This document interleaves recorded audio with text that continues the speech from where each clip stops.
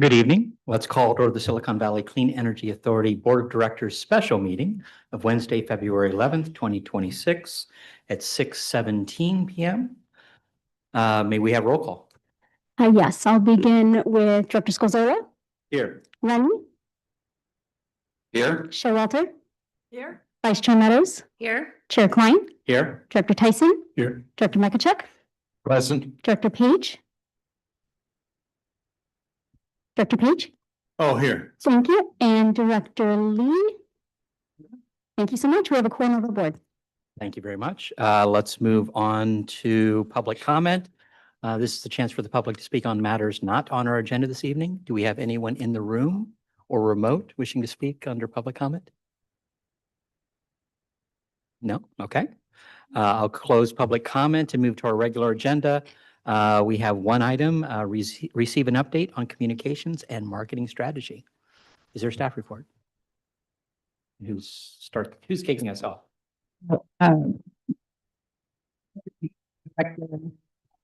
It's going to do presentation. And so I just want to thank you all for agreeing to meet early so that we can have a really good dialogue about our marketing and communication strategy. We hope that you have some time at the end of this to ask questions. And this is something that we're hoping that in the future we can do a little as well. Some of these kind of informational topical items to you to help just improve your understanding of what it is we do in the agency and help you all set better policies. So Okay, thank you. Thank you, directors, for having me here this evening. I'm Pamela Leonard, and this study session this evening is really an opportunity for us to share with you what it is your community, our customers, are seeing from Silicon Valley Clean Energy and the ways that we're promoting our organization as well as our programs. And this is a bit of a precursor to, in a couple of months, there will be an annual update on our programs. And so this feels like an opportunity to provide some foundational understanding of the ways that we're also promoting those programs to our customers.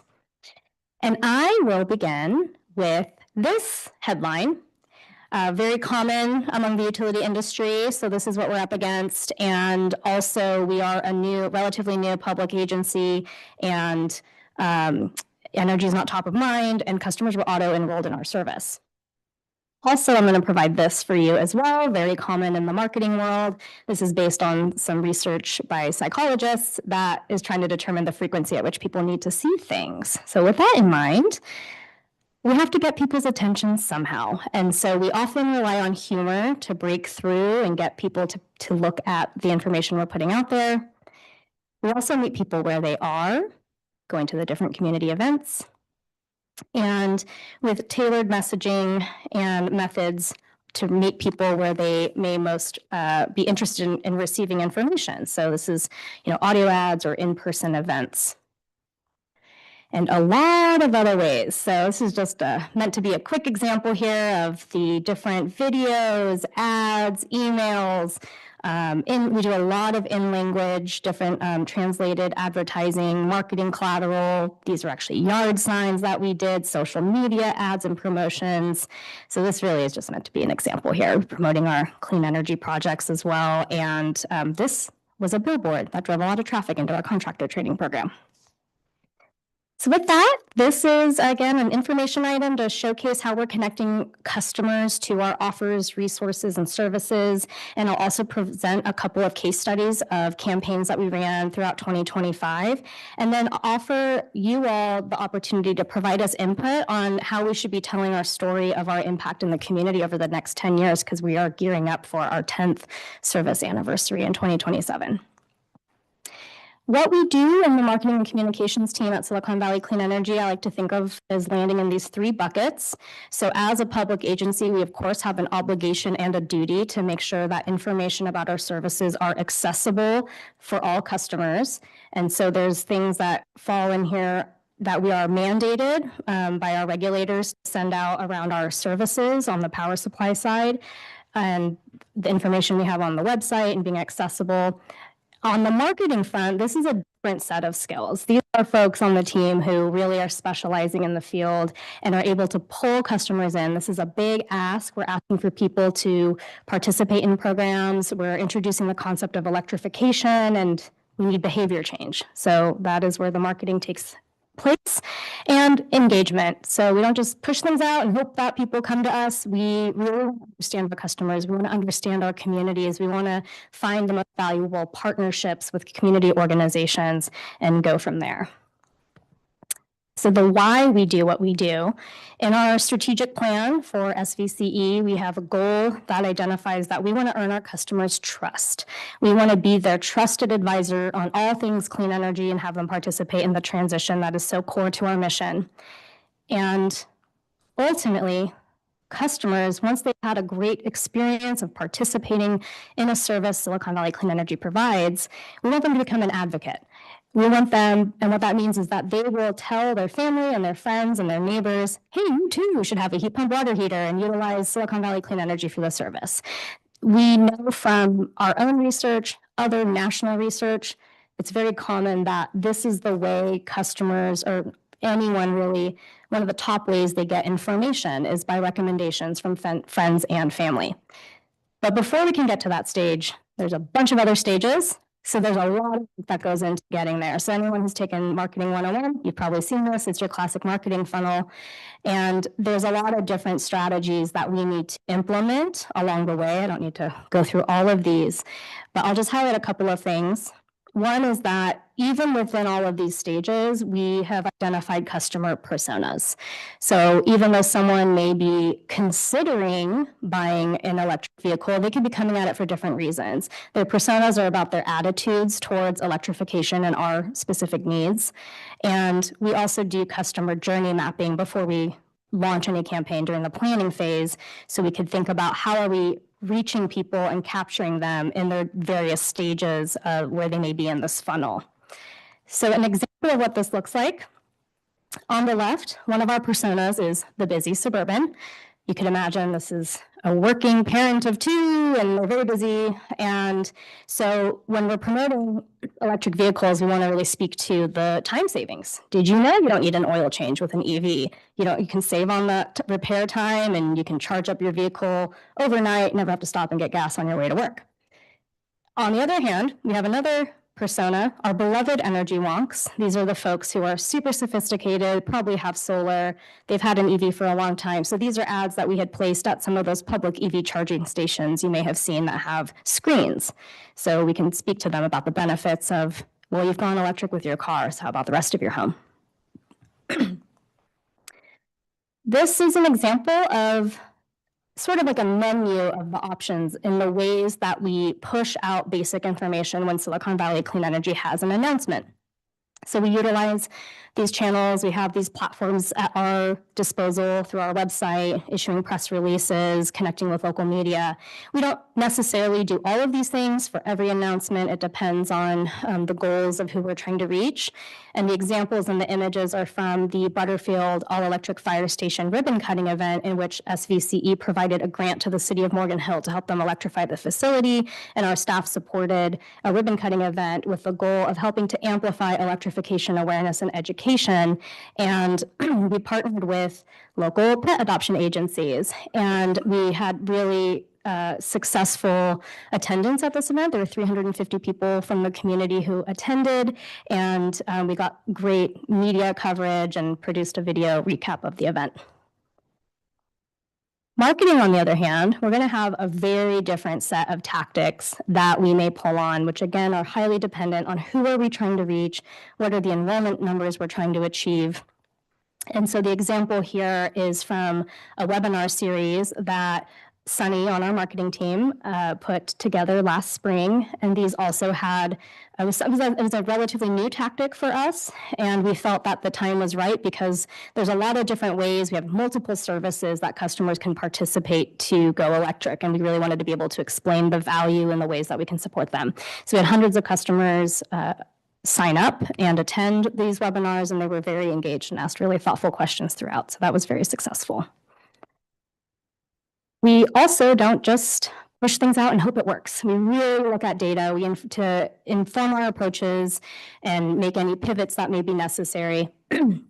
So on the left, this is an example of when customers participate in a program, we do a post-participation survey.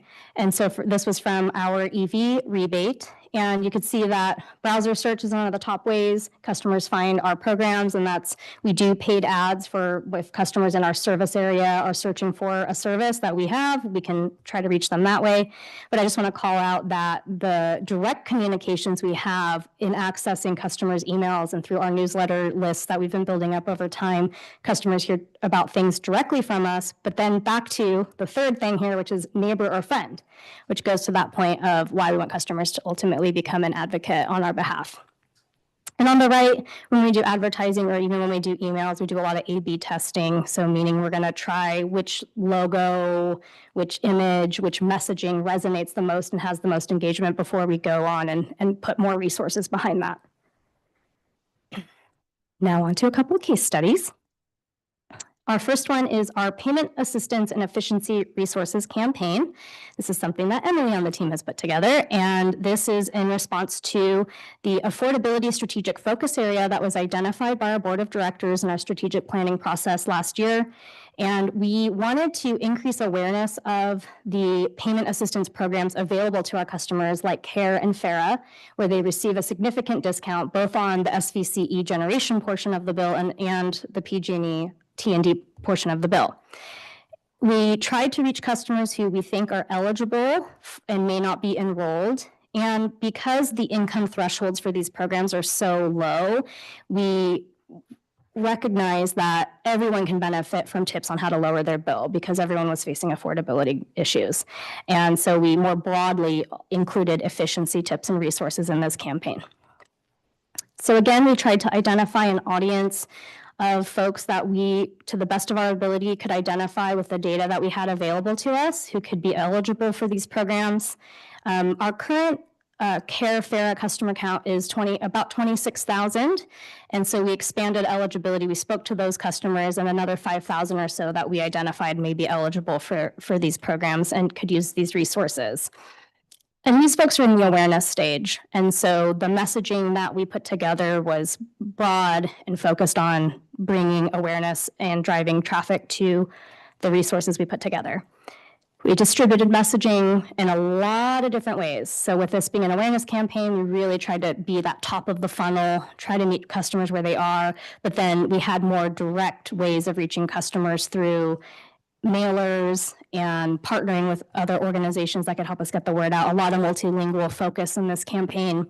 And we did a survey to the customers that we identified may be eligible to hear from them. And we had a really great response rate. This was a mailed survey. They wrote back to us. We had almost 200 responses. So we could identify if folks were aware of these programs, what may be their barriers, if they're having problems paying their bill, and where do they go to get information about these resources so we can inform and identify how we can partner with those organizations in the community for a future campaign. We found that the campaign was working well. We saw a 13.6x increase in web traffic to a revamped web page that not only had the payment assistance resources there, but also included those efficiency tips. And I realized there is a bit of a typo on this slide. It says April 14th, but what I meant to say is this is comparing an April to October timeframe that the campaign ran. So this traffic increase was from the same time period the previous year. So you just see that we did drive significant volume to the page. And you can also see that when we did a large push in marketing and messaging, that it did drive traffic to this page. So our takeaways were that we were reaching the customers we wanted to reach. We did see that we increased enrollment in CARE and FARA customers over the period of time this campaign ran. And as I mentioned, what we learned from this program or from the survey and running this campaign, we will be able to inform for future outreach efforts. One more case study here is for marketing a program. So the eHub is also known as our Online Customer Resource Center. This is a suite of electrification education web pages so customers can learn about the benefits of going all electric for their home, for their vehicles, and it enables action. Customers can utilize the tools that we've put in place through this platform so they can compare electric vehicles to a traditional internal combustion engine vehicle. They can get solar and battery quotes and also find electric appliances. We did a large update to this part of our website that we launched in fall 2024. So we spent all of 2025 promoting it. And a big reason for that update is that we now have such robust services and programs for customers that we really wanted this educational resource to more clearly drive customers in to participate in our programs. And what's nice about eHub is it's got a lot to offer for a lot of folks in different stages where they may be in their journey to go electric. And so this is just an example of that customer journey mapping we do before we plan a campaign. We think about what is it customers may be thinking about. Part of when we dreamt up and created eHub to begin with is we understand that folks in our service area care about climate change. They want to do something for the environment, but often think, where can I have the biggest impact? What can I do? So we try to reach those customers that are considering, what is it that I can do? Maybe I need to learn more about energy in general. So we reach them with relevant information right in their inbox, in this case with an email, and that directs them to our eHub resources where they go on to learn more about specific programs that may be right for them. We promoted eHub in a lot of different ways. One that I'll call out here is we are required by the CEC to send out our annual power content label. So the year that we had to send that out, we included a promotion for the new incentives finder, which is a part of eHub where customers can actually put their home size, income levels, and other things that help filter the results of the kinds of programs and the kind of incentives they may be eligible for. So we utilized a lot of ways to get the word out about eHub. And we had this fun ad campaign that ran last spring. Silicon Valley Clean Energy, again, is a relatively new agency. And so we thought it would be fun to try to personify SVCE as your friendly neighborhood electrification advisor. And we saw great results from that campaign. So it drove a 7.5x increase to our eHub web pages. And what's interesting is that of the customers who went on to look at the incentives finders, they went deeper into the website when they were driven to this page. Half of those customers went to look at one of our program pages. So in conclusion, we are always out there sharing our resources constantly, multiple marketing campaigns moving simultaneously at the same time. We're always learning and adapting. We're constantly paying attention to the data that we have available to make sure things are being effective. And we understand how we're driving traffic to our resources. We're always out trying to earn our customers' trust, super important and key to our mission to decarbonize. And we really appreciate our board and the connections that you have to your community. You know your community's best. We think when you join us at community events, it does add a lot of validation to us being an agency maybe folks haven't heard about yet. And if you know of folks that we should be talking to in your community, we do really welcome those introductions. Looking ahead, as I mentioned at the top, we are thinking about how we're going to celebrate 10 years of service in 2027. So while our JPA turns 10 next month, when we flip on the switch is when we celebrate our anniversaries. And we are continuing to do a lot of marketing on specific programs where we have aggressive goals. And there's also always a need for electrification education. It's a concept that needs a lot of constant reminders and introduce the concept to a lot of new folks. And we also do our annual customer survey. So we always are trying to measure the lift in awareness of not just SVCE, but we're trying to measure over time, are we moving the needle on interest in specific electric technologies? So that survey is launching soon, and we will always share those results with the board when we receive them. And now, of course, I will answer any questions, but we also want to give this, I want to take this opportunity to hear from our board how to inform our approaches, our stories, our impact as we think about our 10th anniversary. So I have a couple of prompt questions that we can come to. But the first one is, as we think about this 10-year moment, what have you been most proud of that Silicon Valley Clean Energy has done? And what is the story that you want to see told about the impact we've had in the community? Also, where are we going over this next decade and the role that we can play in the lives of people in your community.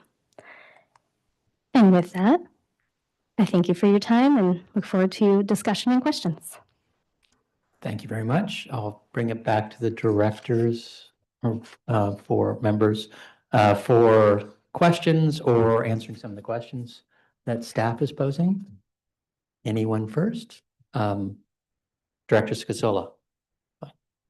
Thank you. So first of all, I very much love SVC being personified.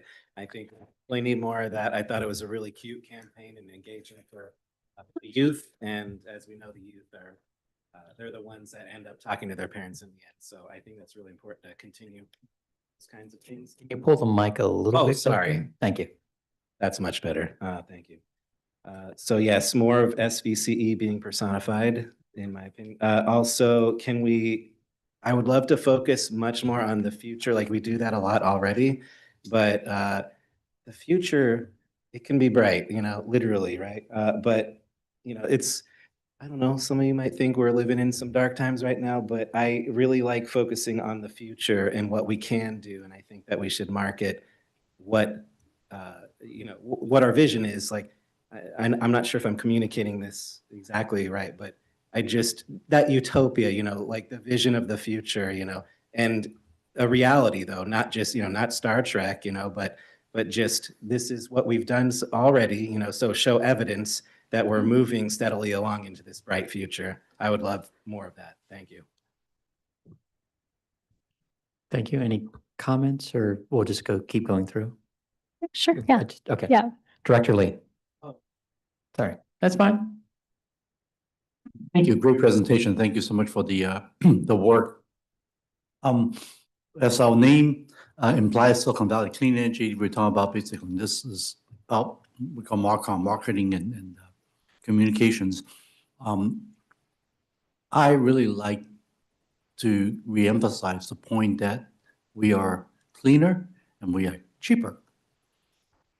I think those are the two things that would hit practically all our customers. First of all, every customer wants to pay less than PG&E, and which is what we have done as a policy for quite a few years now. Even the percentage changes, but we always are cheaper. So that I think is important. And of course, the cleaner aspect, of course, is very much what our name is, and re-emphasizing that point, I think is so crucial for everything we do. We should keep telling people that to make sure our customers like us. I don't know if we have done any survey to compare our favorability rating, compared to whatnot. I don't know if they want to maybe put next to PG&E. I know PG&E certainly have some branding issues for years, but I don't believe we would have that type of issue of PG&E. And so people seems to look at this as either using us or using PG&E. So I think in that sense, I think there's some positive aspect that we could talk more about of how we're pushing the cleaner and cheaper part. Does that make sense? Yeah, I can say that in this year's customer survey, we did build in some questions around favorability of PG&E and Silicon Valley Clean Energy. We haven't necessarily dug into that. We mostly focused on of the customers who were aware of us, what their value or how they perceived us. So we did add that this year. And also, we've added some questions starting last year around customers' values of SVCE. What do they value most? And so we'll continue to dig into that. Given the discussions that we've had with the board around financial levers, there's also some willingness to pay questions in there that can be informative for future discussions as we explore our options. And I will also add that when it comes to the cleaner and cheaper, this oversimplified way that everyone describes our service, right? We don't use that publicly in any of our communications. We all say it, but some really wise advice when we first started as an agency is that we could never guarantee these things, knowing we have market volatility in the energy industry.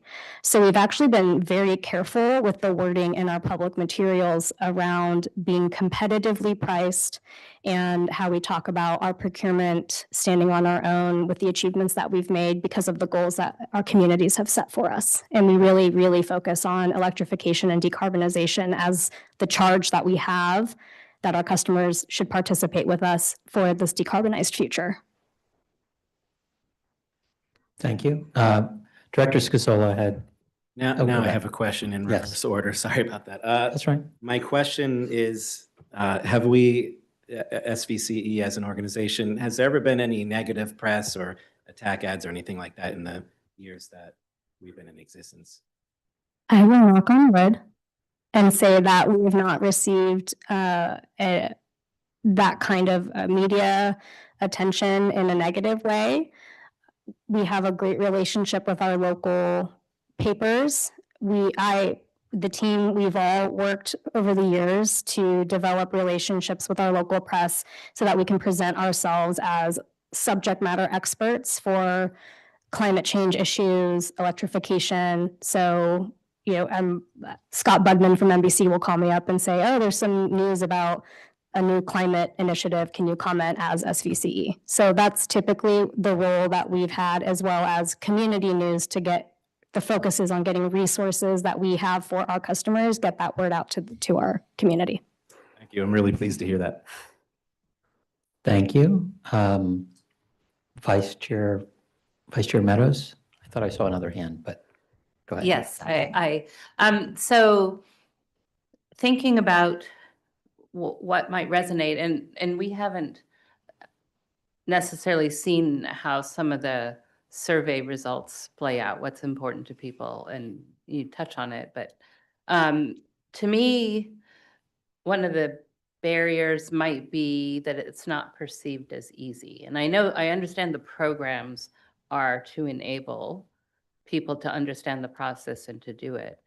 But I still think there's an activation barrier, thinking this is complicated, I don't understand it. So if we can focus on, well, we have these programs, but which can help you, but this is actually an easy process. And so I don't know how, because I feel like even I personally don't necessarily know how to think about starting the process and converting, household members or whatever. So, this is easy. And how can you illustrate it in snippets of, conversations happening in the former coal household? I'm sort of exaggerating. We don't have any, coal households here, but so anyway, it seems to me that as I talk to people, they're just, they want to do what's easiest, right? And so how can we help them understand that this can be easy too? In addition to right, I think most people believe this is a direction that we will go and should go. But how do we make it easy to embrace the new? Thank you. Director Showalter? Can figure out, did I get it on? Okay. I think that I really kind of concur with all the comments that I've made thus far, but I was thinking a little differently in that, we've been here for 10 years. And I think if you ask the average person on the street, not even too average, many people on the street, what's a CCA? You're going to get deer in the headlight kind of light. So I would really love to take advantage of these webinars to explain what is a CCA. I mean, what are we?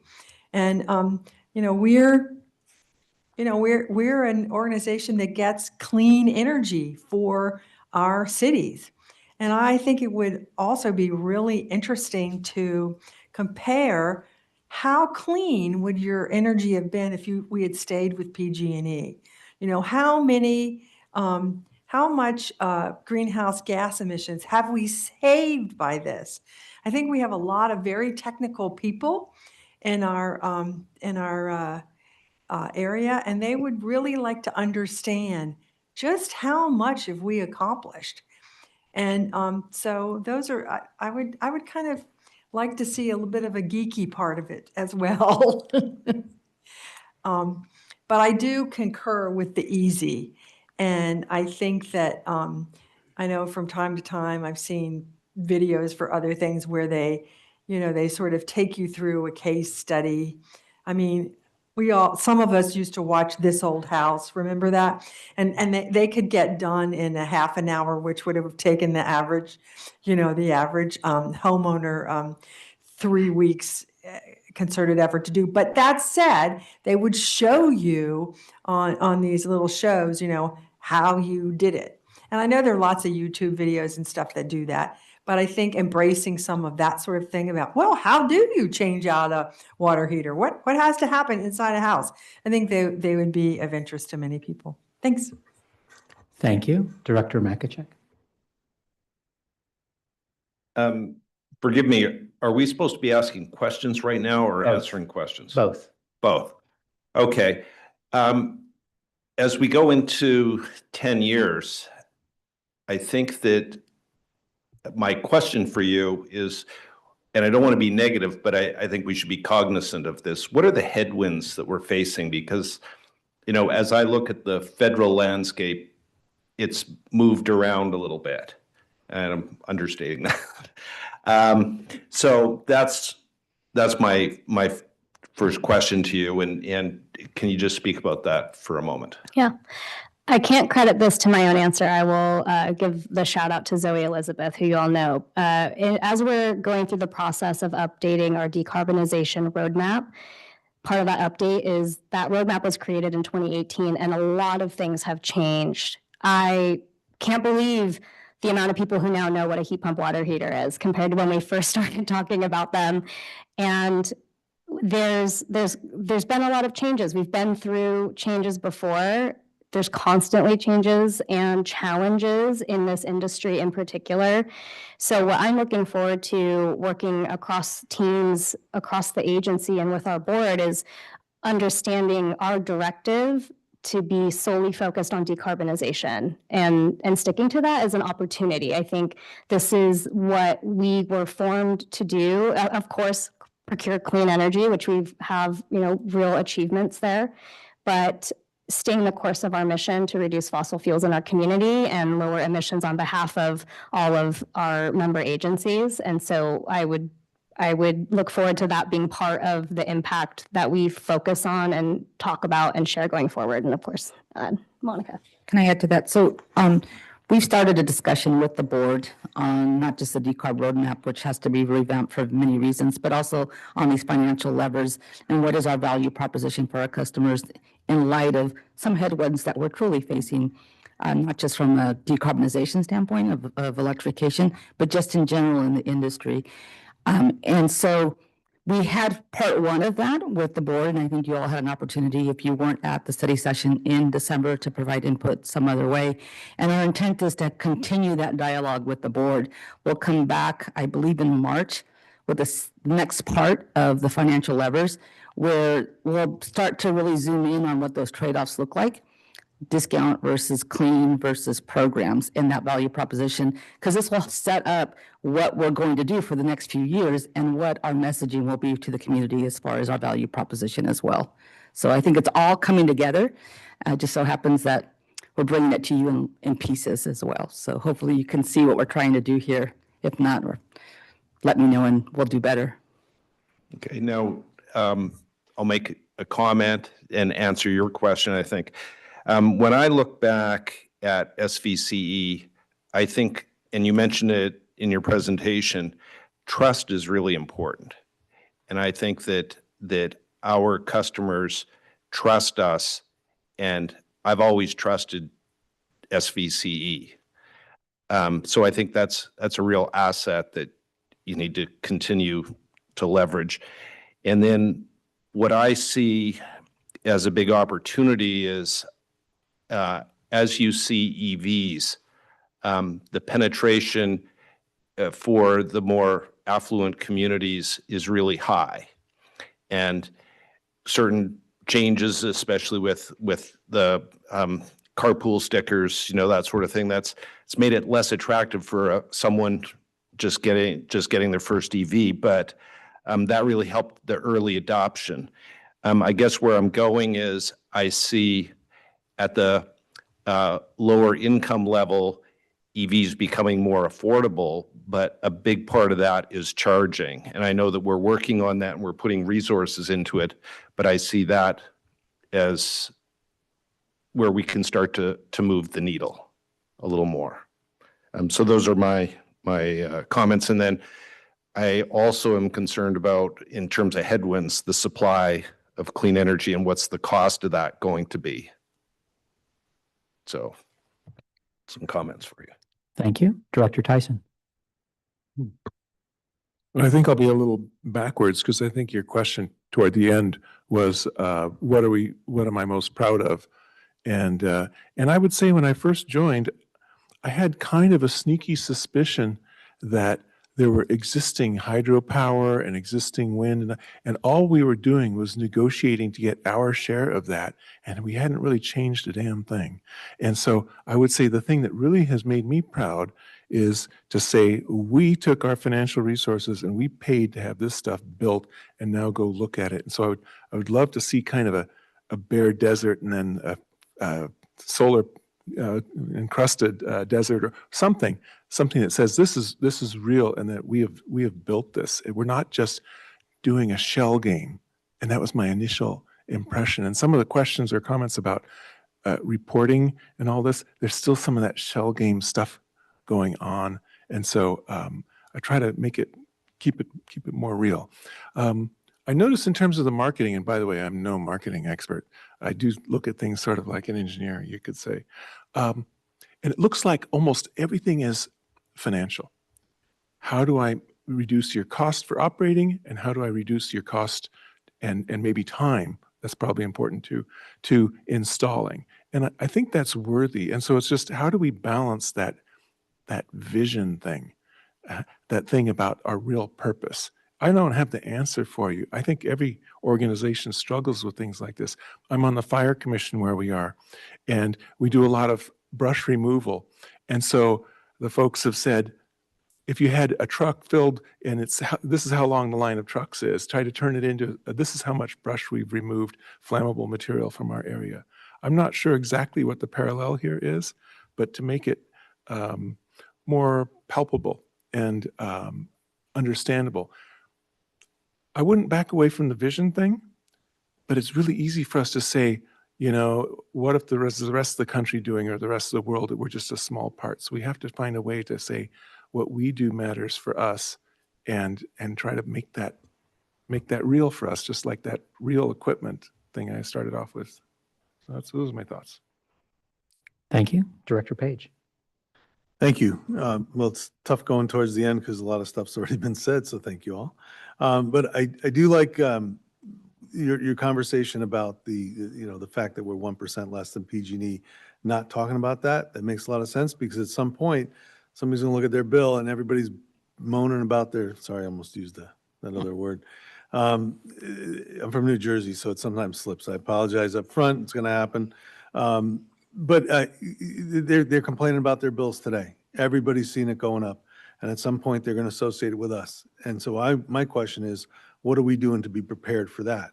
And it's not just about, we're doing stuff to electrify, and you're using less greenhouse, We've got to have some metal in there. And so I would look to see, and I'm not the marketing guy, so I ain't going to bring it up, but somebody's got to come up with that. And I think part of it is whether you define the CCA and you do it in people's terms, human terms, not in technology terms.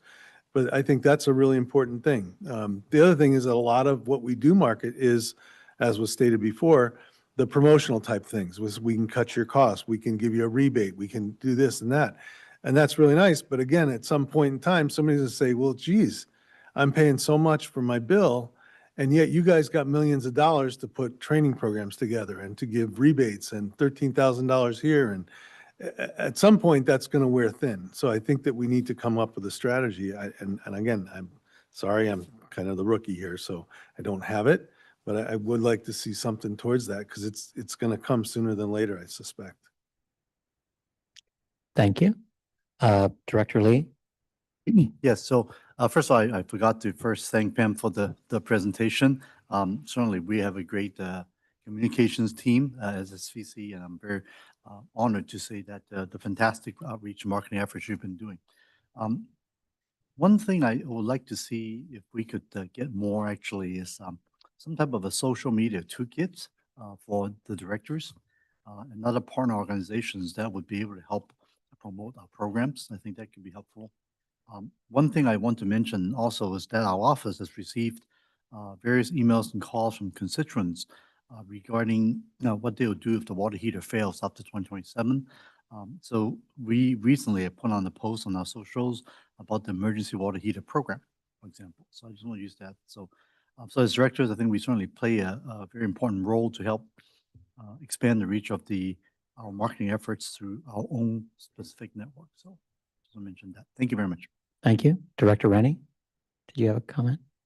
Yes, up to you. I am struggling to come up with something wise to say because Pam and her team are really done a great job. I mean, I've looked at your marketing and I just think it's right on. I have a lot of trouble giving any pearls of wisdom. So that's why I didn't really raise my hand. Okay. I had several questions and then a comment.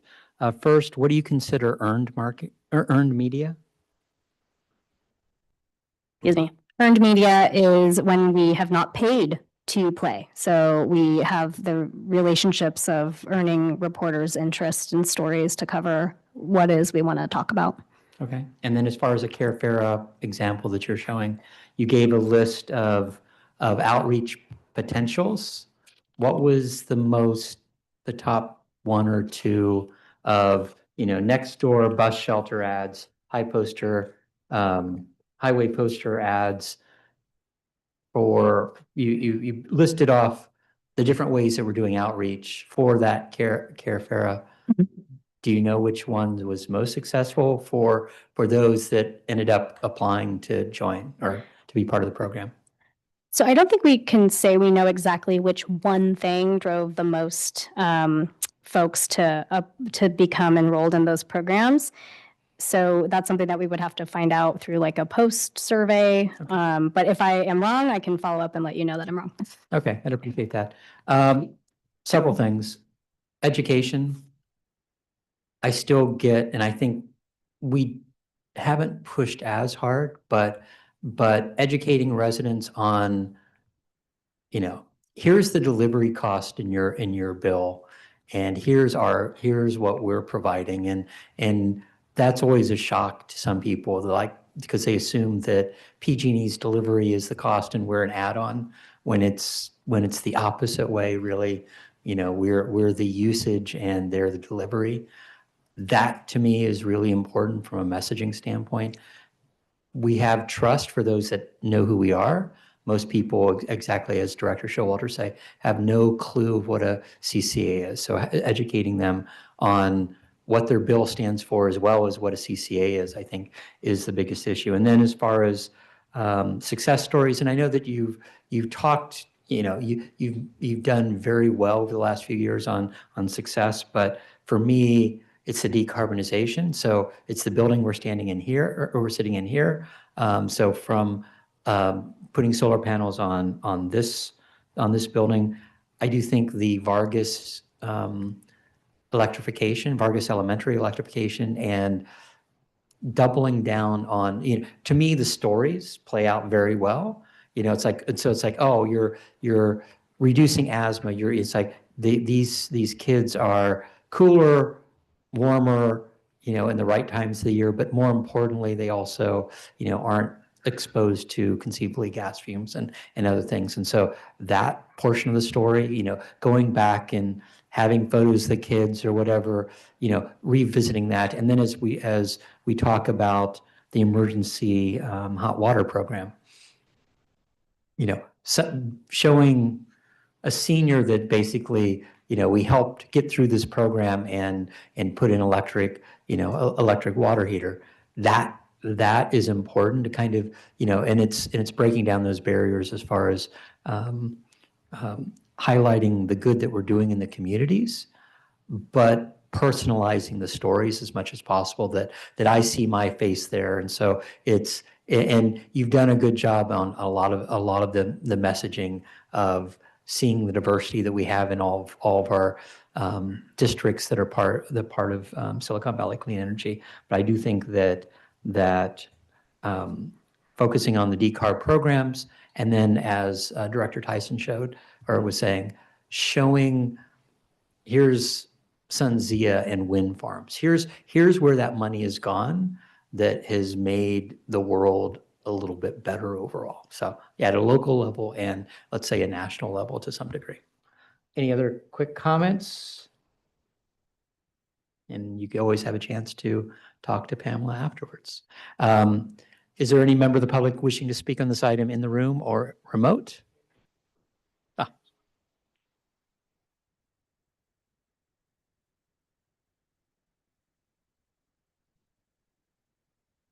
Mr. Carr? Hello, Bruce Carney from Mountain View. This morning, I attended the Bay Area Air Management District's stationary source meeting. Supervisor Lee was there. And it was a disturbing meeting to me because there seemed to be a lot of hesitancy about doing the bold and important things that BACMED's board decided 3 years ago that they would do starting January 1st, 2027. And so what I would like to request that SVCE and particularly Pam's team do is to leverage their communication ability to help build awareness among the public and among elected officials, including the BACMED board members, that Rules 9.4 and 9.6 really need to be implemented on time. This is not the time to delay such important work. I'd also like to point out that the thing that delighted me the most about my heat pump HVAC system wasn't the carbon emissions, it was how stable and quiet, how stable the temperature was and how quiet the system was compared to the old air conditioners and wall furnace that they replaced. I don't think we got that in the video you took of my installation because I hadn't experienced it yet. The installation was, happening, but the pleasure of a quiet system that maintained a stable temperature came later. A surprise to me when we took out the old air conditioners and took them to the Sunnyvale Smart Station was that I was being charged $76 each for properly disposing of these air conditioners, which contain high global warming potential refrigerants that are super nasty if they're not disposed of properly.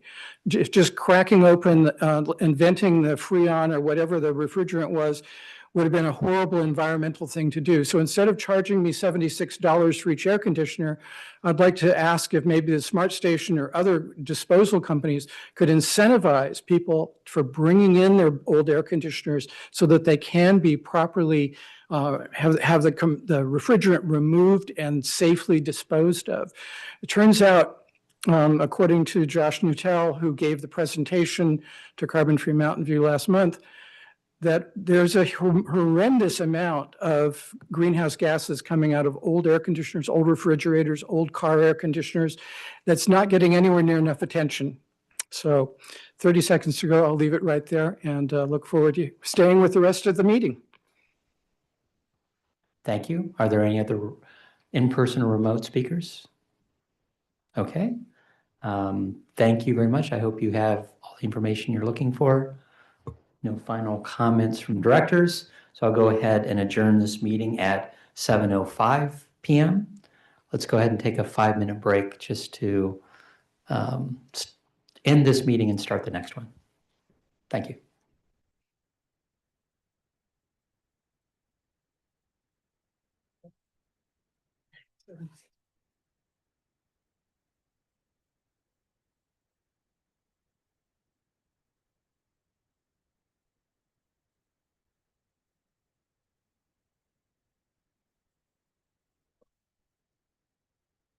So one of their confessions was so heavy that it threw it into the truck.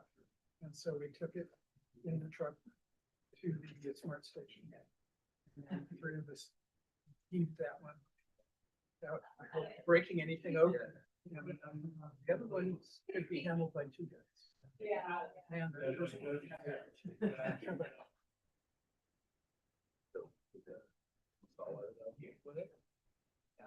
No. The installation team. It wasn't necessary to install the HVAC. Air conditioners and all this. But it made sense. And so this was a significant additional expense. As new windows had to go in, where the window air conditioners had been. Pipes taken out, shingles replaced. And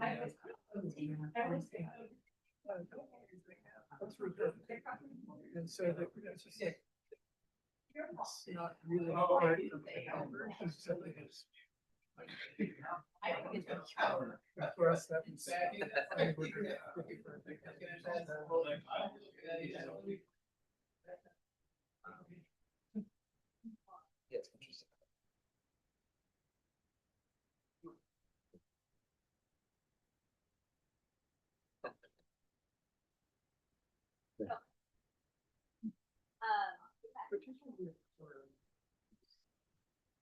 Okay.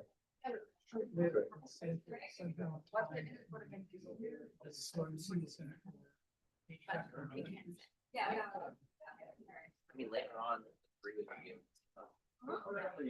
Thought you were coming to say hi to me. That's interesting. Those are yeah.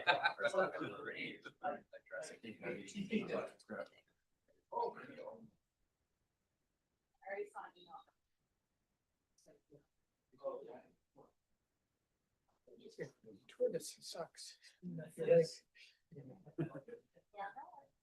anything you know, just get one of them. And then they said.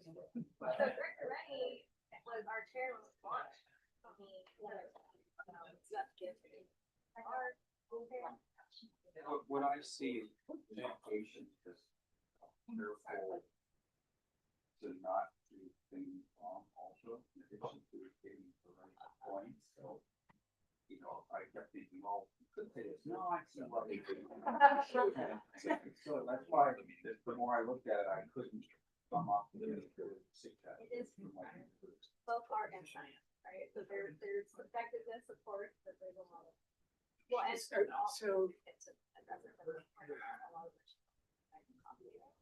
Yes. This meeting is about what are we gonna do for people who are homeowners, but. I would have said something like, you know, Basically, this. the promise of being cheaper and produce to say you have that promise. Yes, and previously there was a meeting for And really then you complicated say, situations where.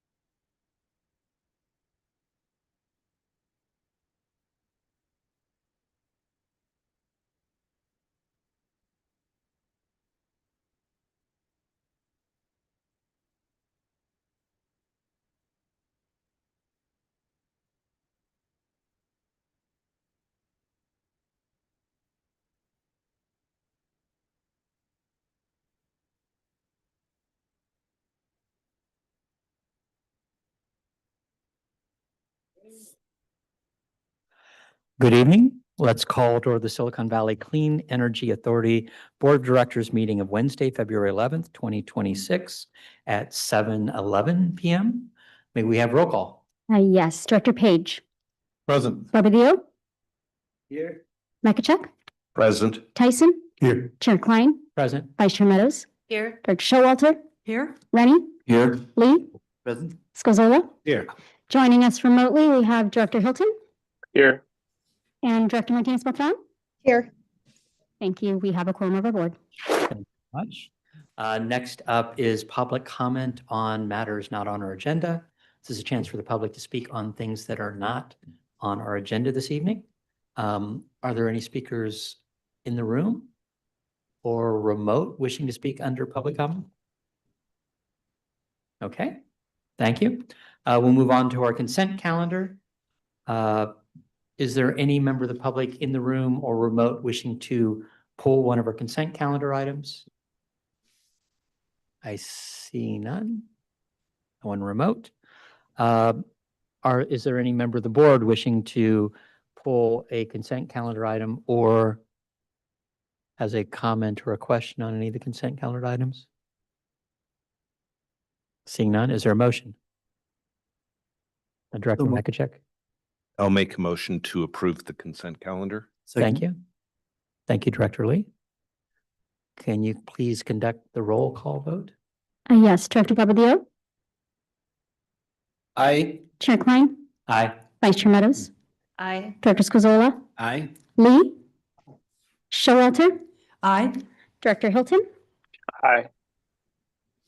Thank you. Director Makachuk, Aye. Director Rennie, Aye. Director Martinez-Beltran. Aye. Thank you. Director Tyson, Yes. Director Page. Aye. Thank you. That motion carries. Thank you very much. We'll move on to our regular calendar. First up is our CEO report. Good evening, directors and Chair Klein.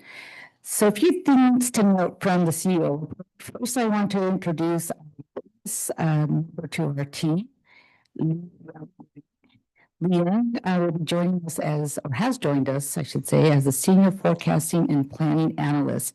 She will be on the team that we call RIP, which stands for Regulatory Policy Legislative Team tomorrow. So Lee is currently finalizing her dissertation at UC. So she was able to be here tonight in person, but I think we have her to introduce herself.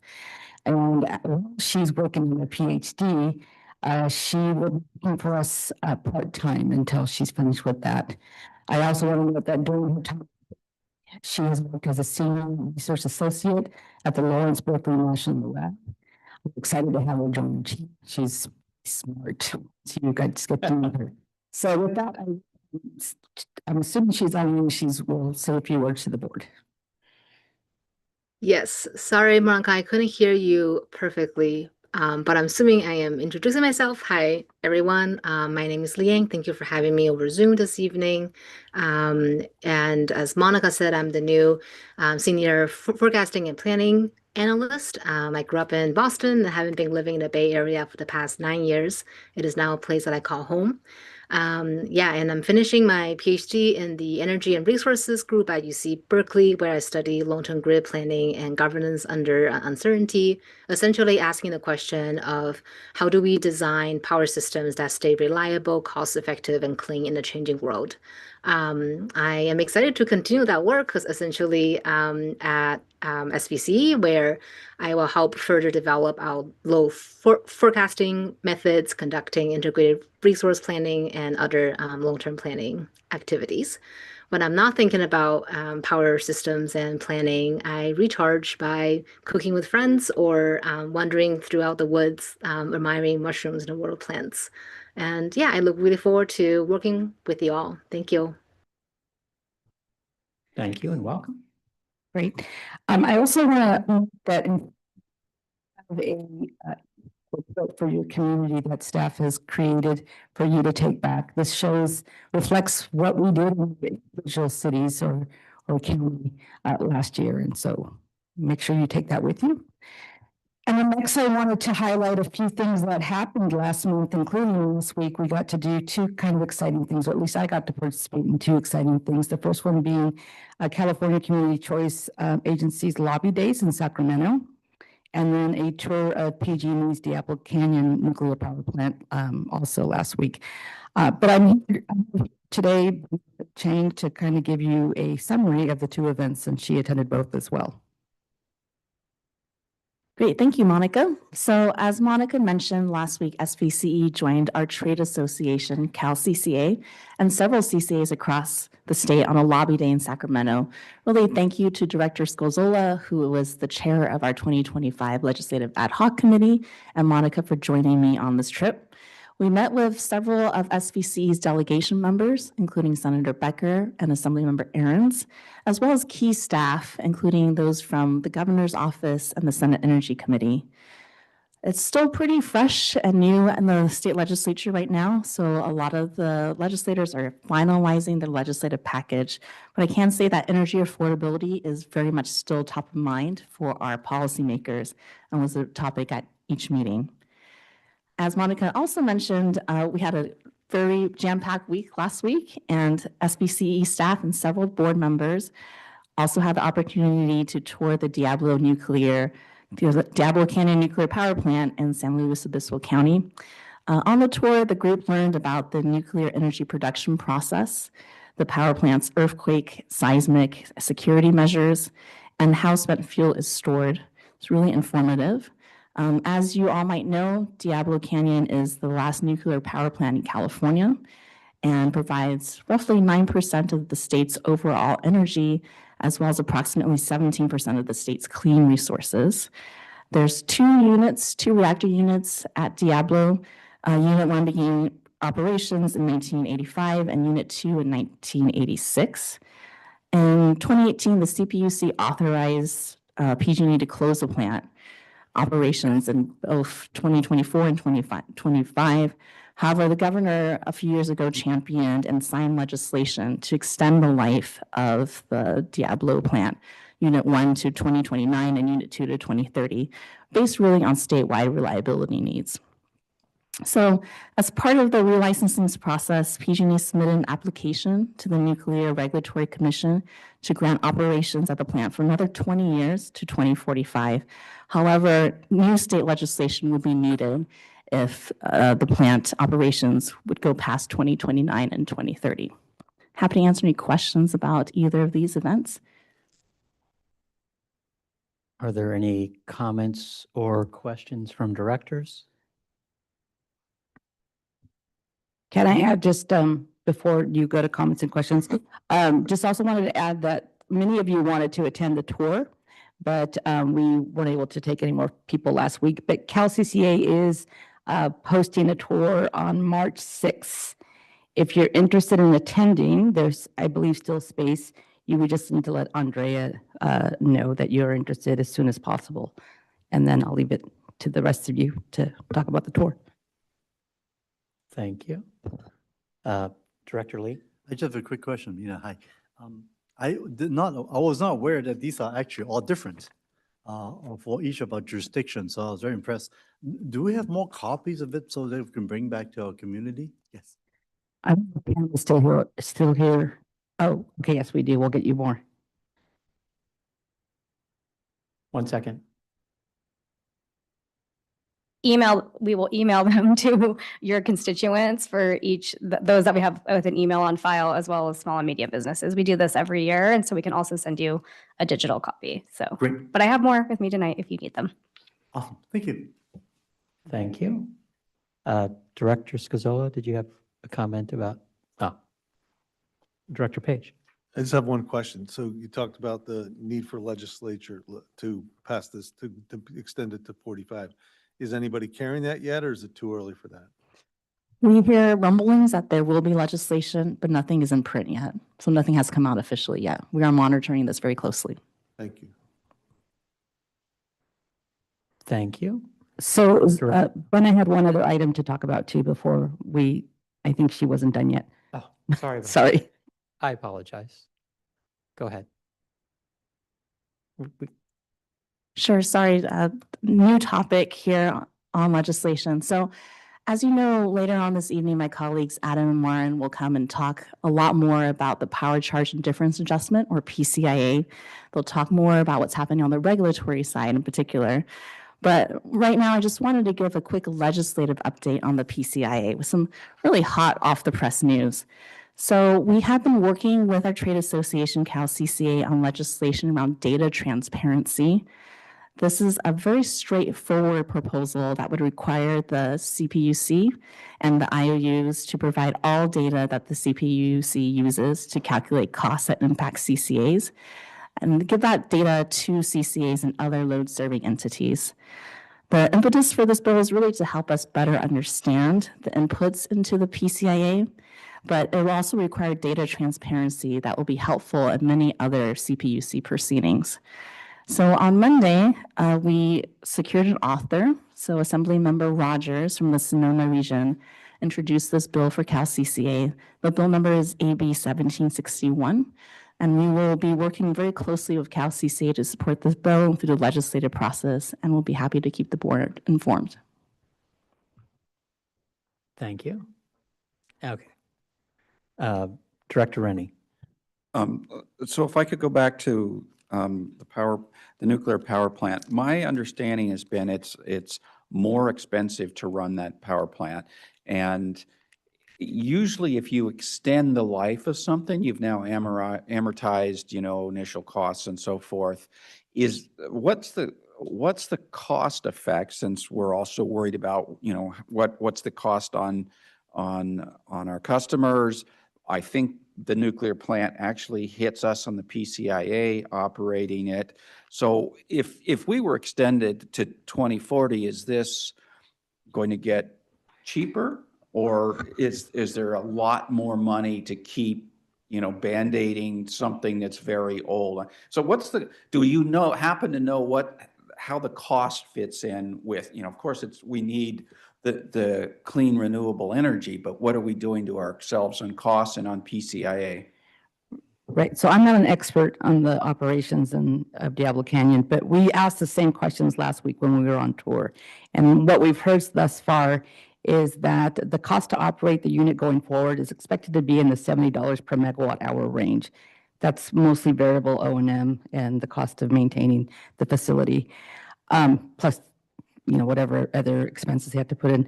As far as the capital cost, what we learned last week, and I think we already knew this anyway, and if I'm wrong, I feel free, someone from staff, to come correct me, but it sounds as though they've already amortized all of the costs associated with the plant, and it's been paid for. So there's no additional kind of debt on the plant.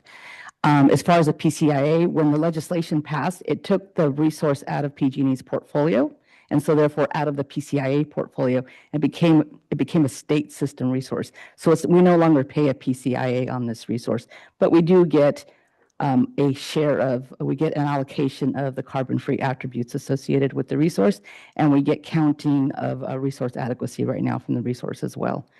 So as far as, will there be any additional investments if the facility is extended? We were told no, but again, that's not my place to say whether that's true or not. I think that would all kind of come out in the legislation, I would assume. Okay, thank you. Thank you. Vice Chair. Meadows? Chair of Vice. Thank you. So this nuclear seems to be one of the rare areas that the federal government is encouraging of. Does that, is it too early to say if that influences it and how that may bear on the evolution? Yes, I think you're right. This is an area that the federal government is very interested in right now. So yes. May I add something here? Sure. One of the things we learned that was new to me, well, a lot of it was that they had giant transmission capability already there, and that in terms of if there were a new nuclear or other energy source that was located around there, they would be ideally suited to feed the grid with existing infrastructure. Yeah, so from a capacity standpoint, and I'll to speak up at this point. I really appreciated the tour. You know, we hear a lot from different sets of residents on the positives and negatives of Diablo Canyon and what this means to us.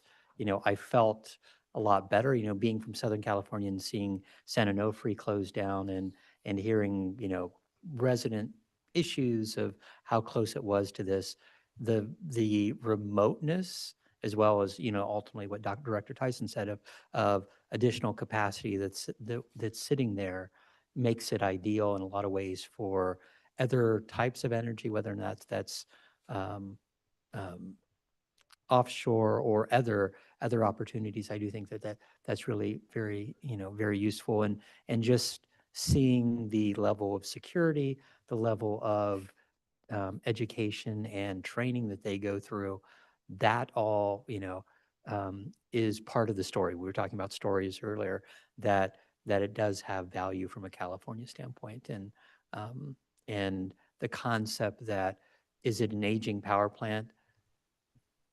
Yes. That being said, they're constantly replacing the equipment, so it's you know, it's basically at new except for the cement itself. So that was actually eye-opening also. Director Showalter. Yeah, I also got to go on the tour, and it really was fascinating. But there were two parts to the story that I wanted to kind of add in. You know, I'm very interested in sea level rise, and so I was asking questions about what is the elevation of the facilities, and the elevation of all of the critical facilities is well above any sea level rise that is projected really for the rest of the century. And so that's important. And also there would be tsunami issues, and they seem to have taken those into account as well, which is reassuring. And then the other thing I thought was an interesting part of the story and the costs was how big a part it is of the local economy. It's a source of 1,500 local jobs. And so apparently, we were told, again, we don't know how true it is, that in San Luis Obispo County, it's viewed very favorably. I thought that was really interesting. Thank you. Other comments or questions from directors, here or remote? Seeing none? Yeah, so unless there's any questions on any other part of my report, that concludes my report. Okay, thank you very much. Is there any member of the public wishing to speak? Open up public comment, any in the room or remote? Okay, I'll close public comment. Thank you for the update, and again, you know, thank you for setting up the tour, and I encourage the other directors, if you have chance, if you have the bandwidth to make the trip to the Central Coast, I do think it is worthwhile. With that, we will move on to our next item. Item 3, appoint members to the 2026 SVCE committees. Andrea, is there a staff report? Yes, thank you, Chair. Good evening, directors. So as you recall, last month we made appointments for our executive committee, and so today we're going to make the appointments for the remainder of our committees. There are 3 of them: the 2026 Legislative Ad Hoc Committee, the Audit Committee, and the Finance and Administration Committee. A reminder that each of these committees can seat up to 6 individuals. And so as a result of our call for interest, we heard from the following for our 2026 Legislative Ad Hoc Committee. That's Director Zach Hilton, Director Gary Barbalillo, Director Brian Mikachek, Director Yvonne Martinez-Beltran, Director Pat Showalter, and alternate Director Tina Walia. For our Audit Committee, we heard from 4 individuals. That's Harjot Sangha, who is the Finance Director from Gilroy, who is nominated by Director Hilton. Jesse Kim, from the Finance Director from Los Altos, nominated by Vice Chair Meadows. Director George Tyson, Director Brian Mikachek. And for our Finance and Administration Committee, we heard from 5 individuals. That's Director Elliot Squazzola, alternate Director Maria Risto, Director Brian Mikachek, Director Chuck Page, and alternate Director Murali Srinivasan. I will note, you'll see that there's a little asterisk next to Director Brian Mikachek, who requested to be on both the Audit and Finance and Administration Committee. His request is that he finishes the fiscal year 24-25 financial audit, which is expected to conclude next month. After that, he would resign from that committee at that time. That concludes the staff report. Thank you very much. Are there any questions from any of the directors? Are there any additions, any other additional interest? Because we had several committees that were under the number of 6. So just raising the question if someone wants to step forward, and I appreciate those that have already put their name into these subcommittees. And ultimately, we have, I think, a great group already showing interest. But if no one in the room or remote has any additional interest, I just wanted to double check. Seeing none, I'll go ahead and open up public comment on this item. Is there any member of the public in the room or remote wishing to speak on this item?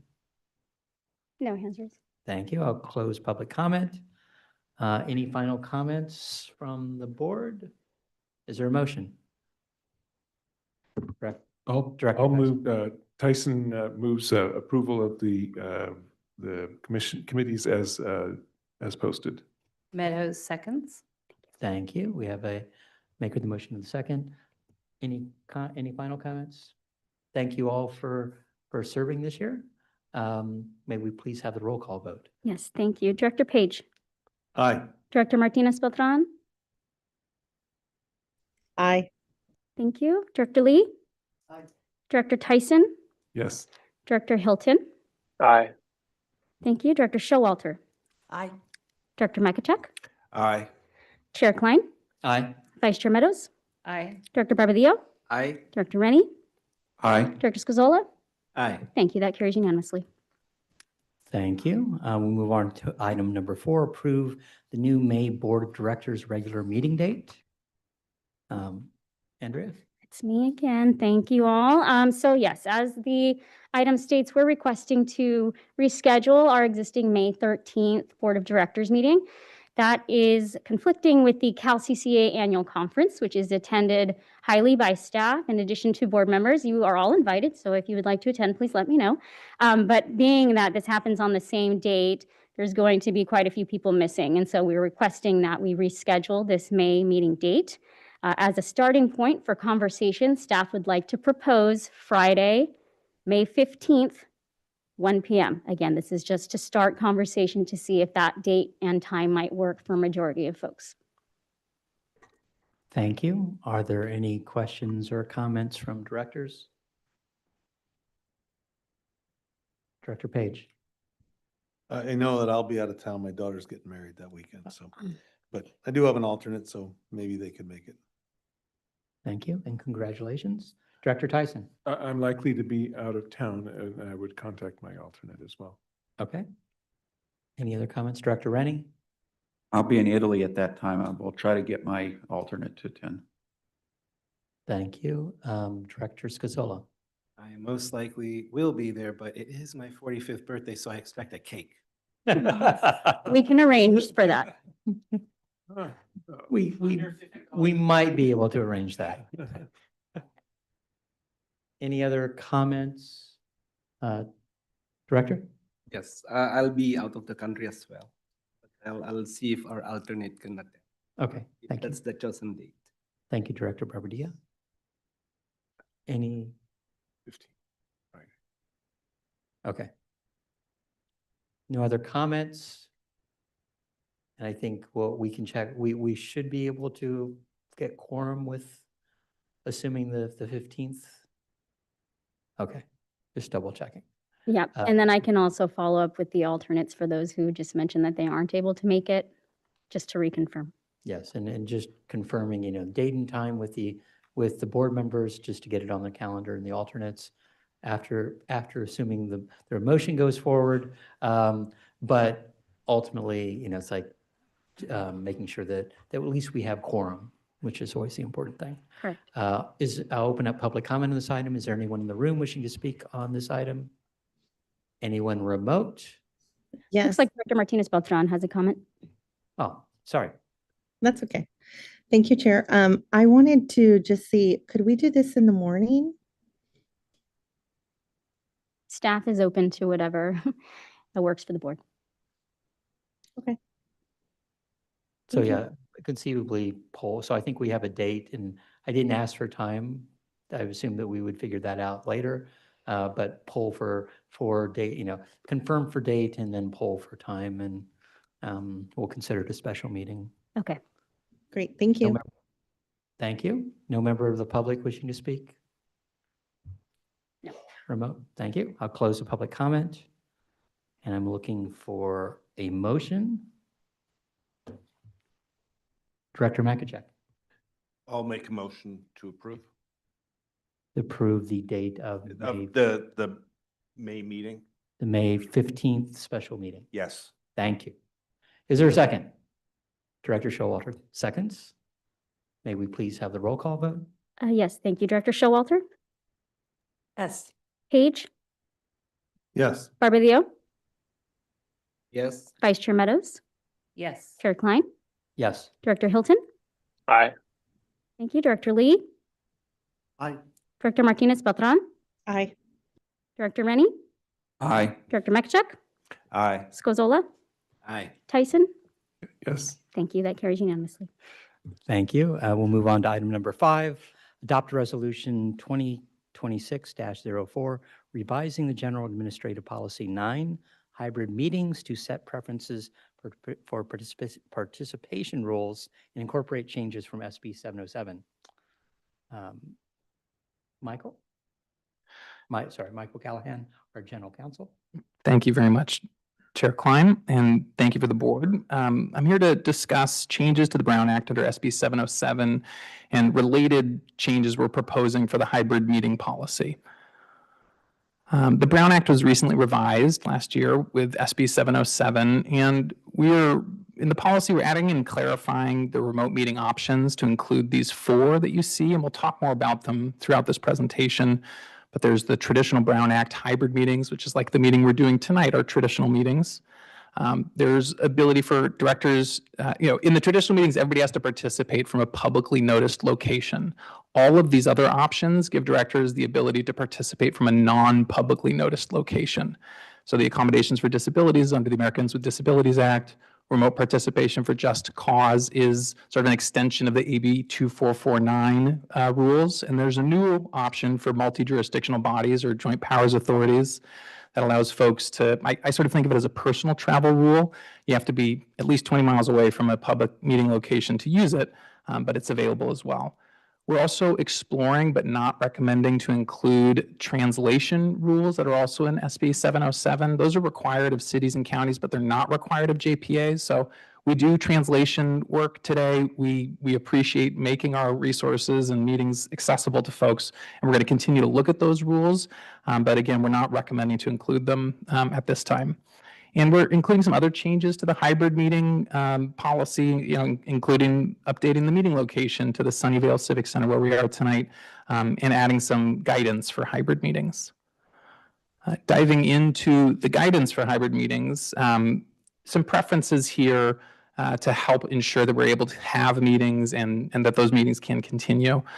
First, if you're calling in from a remote location, a publicly noticed location, as we often have with Gilroy and others, we prefer that to be from a regular meeting location, ideally in the appointing jurisdiction, and just to ensure that we have connectivity and sort of reliable ability to connect to the location.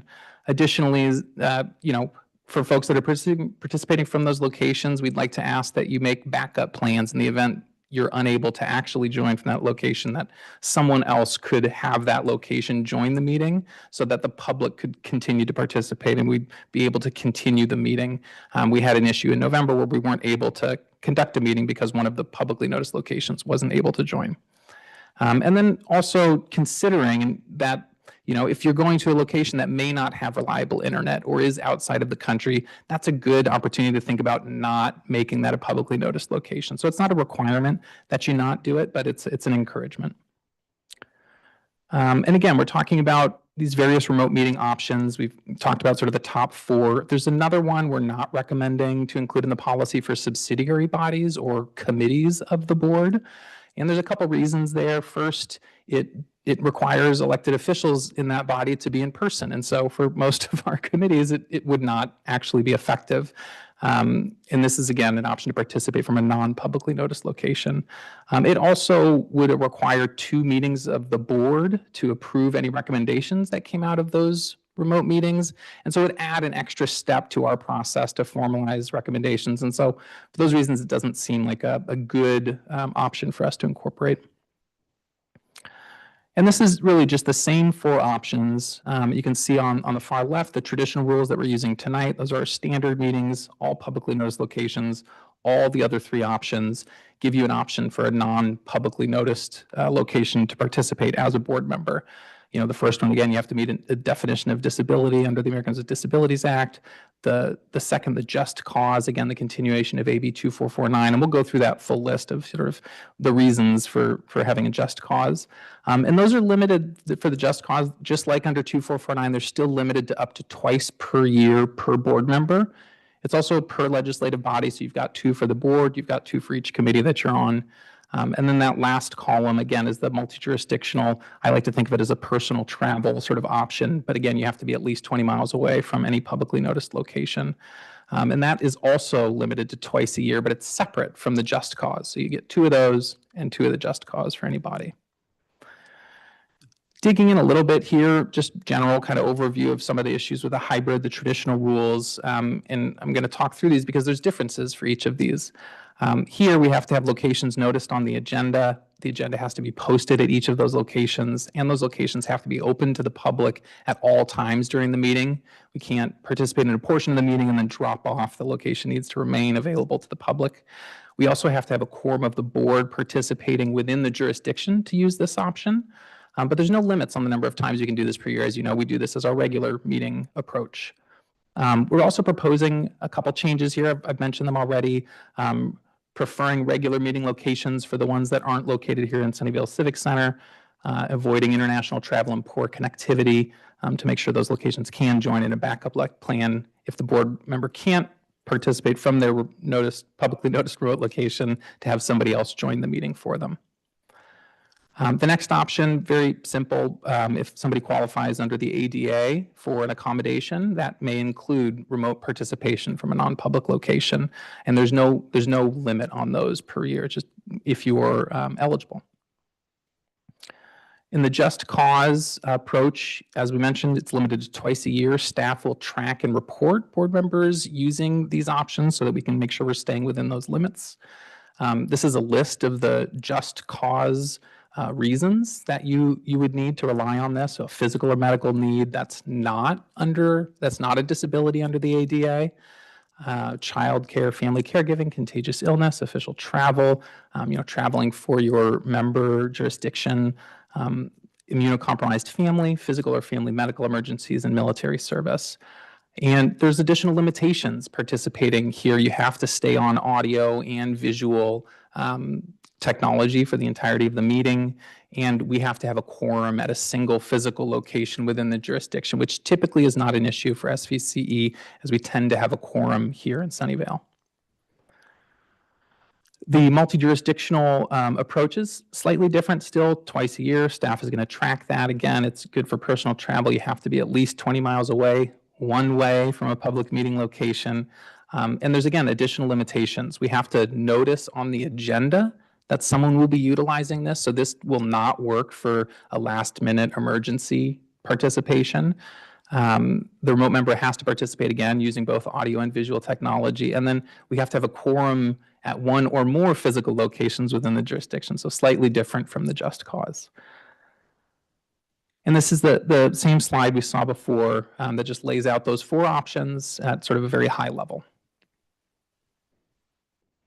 And this is the recommendation. We've got a resolution that includes changes to the policy. The policy is attached to that. So the recommendation is to adopt the resolution, making changes to the General Administrative Policy 9 for hybrid meetings to incorporate changes from Senate Bill 707 and updating rules, which include modifying the participation rules under the traditional remote participation option, allowing remote participation for just cause, for multi-jurisdictional bodies, and for accommodations under the ADA. Following this evening, staff will develop tracking reporting to ensure we're staying within the compliance on the limited number of meetings, and continue to evaluate and recommend further changes as needed. Any questions? Thank you. I'm guessing there will be questions from directors. Director Rennie. So my question is on posting for the remote locations. It can be, with our current rules, it's a real hassle to make sure you have arrived 48 hours ahead at your location and post it. Traveling in foreign countries, I often stay at Airbnbs, which don't have a printer. So now you got to somehow get this agenda printed.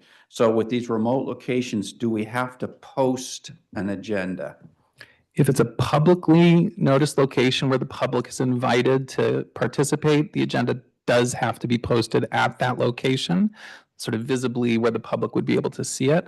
But for the other options that allow participation from a non-public location, the agenda does not have to be posted at those locations. Thank you. But just to clarify, for the publicly posted agenda, it has to be posted 48 hours before, correct? It's 48 hours before for a special meeting, or 24 hours before for a special meeting, and 72 hours before for a regular meeting. But yes, that is correct. That's what I meant, 70. So, but 72 both here and at that. We have unknown thunder.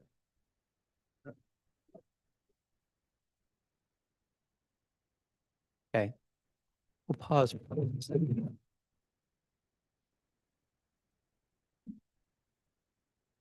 Maybe if you're not speaking, try to mute your mic and see if that helps.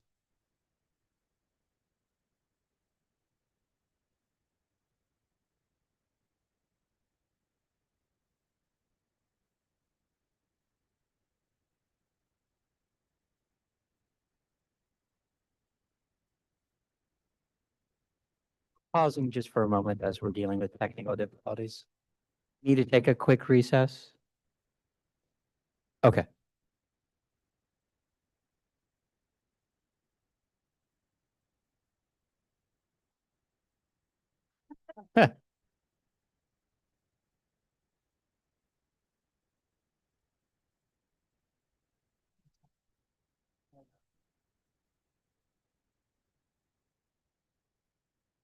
Okay. Looks like our technical difficulties are fixed. Thank you. Thank you for your assistance.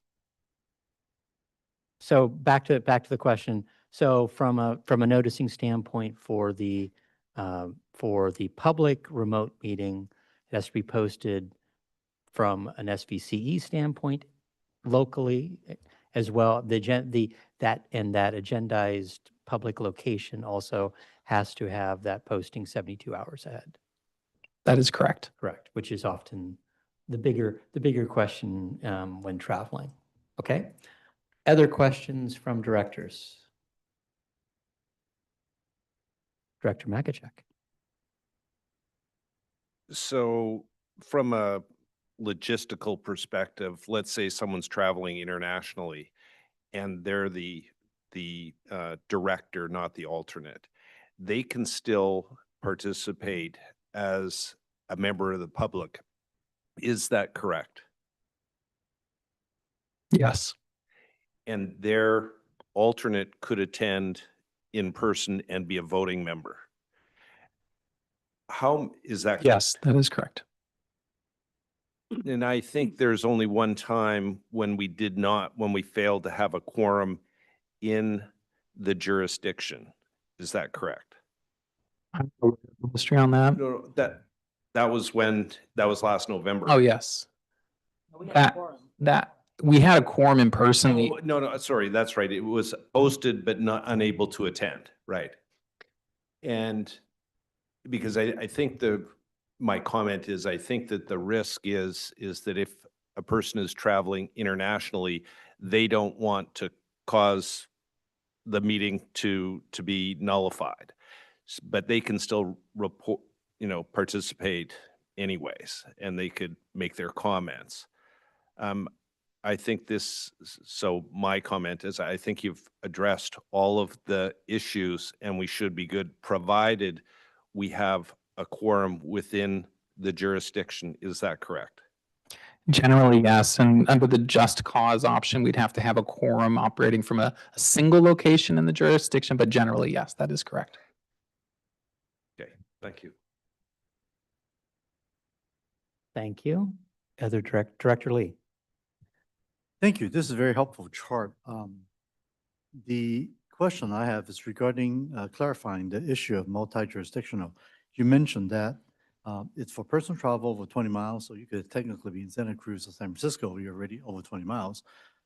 But the more important thing is you really do need to give prior notice. So we would need to let, before the agenda get posted, to let the clerk here knows that we will be using this multi-jurisdictional rule to attend remotely before the agenda get published. That's a key thing, yes? That is correct. And the policy itself requests that directors give the clerk a heads up at least a week in advance if they're not going to be participating in person from this location. But absolutely, we need to get that multi-jurisdictional participation included on the agenda before it's posted, which has to generally happen 72 hours before the meeting. And so we'll need advance notice for that type of participation. Good. And for the 2 years, two times per year, this is calendar year, I assume, yes? It's just per year. It's not qualified in the statute. So you're absent November and December, you could be absent January again because it's a separate year. Potentially, yes, but then not No, again. that's not my Yes. intention, but I Yes. was thinking. Yes. Yeah. Thank you. And part of the purpose of these rules is really to provide the maximum flexibility for the board to be able to participate and keep the meetings operating. Thank you. Thank you. Vice Chair Meadows. Yeah, so this is a really helpful diagram, as has been said already. So what I would suggest is adding that notice requirement to this, because then it would be a sort of a fully self-contained once we become more conversant with this language. Because so under the ADA one, no notification of that is required, right? But under multi-jurisdictional, you said notification is required. Just cause, you almost can't. I assume there's no notification required. So that, with that last piece, I think this is, we can have it tattooed on our bulging biceps. Director Showalter. Well, I was going to ask about what we have to notice to the clerk, and I think Director Meadows just answered that, so thank you. So really, the multi-jurisdictional and the hybrid, we need to report to the clerk so it can be on the agenda.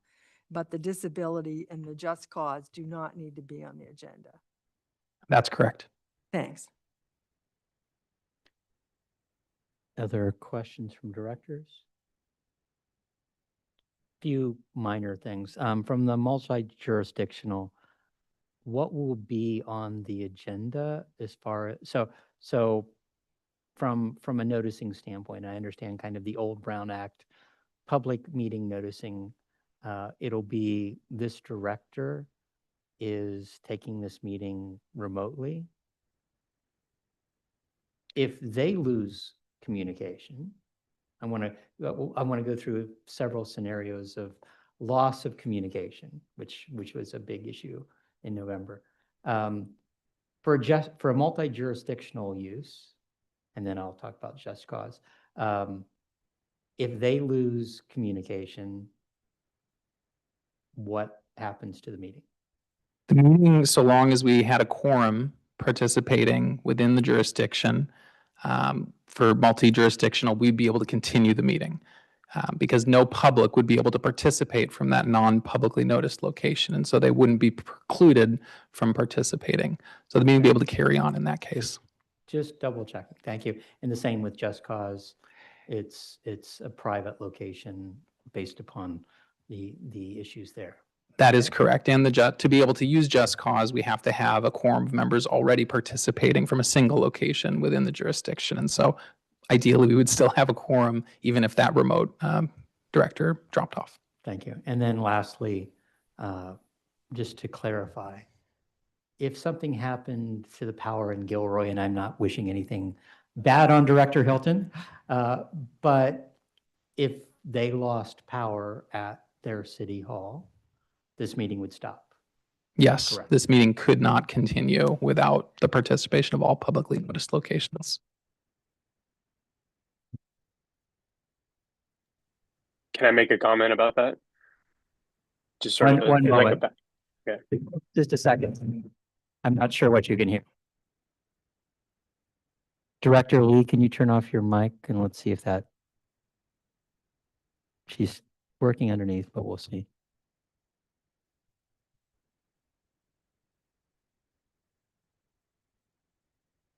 Okay. Director Hilton, go ahead and make your comment while we're still looking here. It's Thank quiet. you. Yeah, I was just going to say one of the things that, that I'm able to do here, if for some reason the power went out at Gilroy City Hall, it'd be pretty easy for me to, I'm actually on my city cell hotspot right now anyways. So even if I needed to step out of the building or step back into the building, there's diesel generators that back up here anyways. I still have a backup sort of to the backup. That's my kind of conscious way of always being able to be remote, even if it's just from using my cell phone. And then of course, if the cell towers go away, that's one thing too, but just want to let everybody know that. Yes, totally agree. Thank you for that.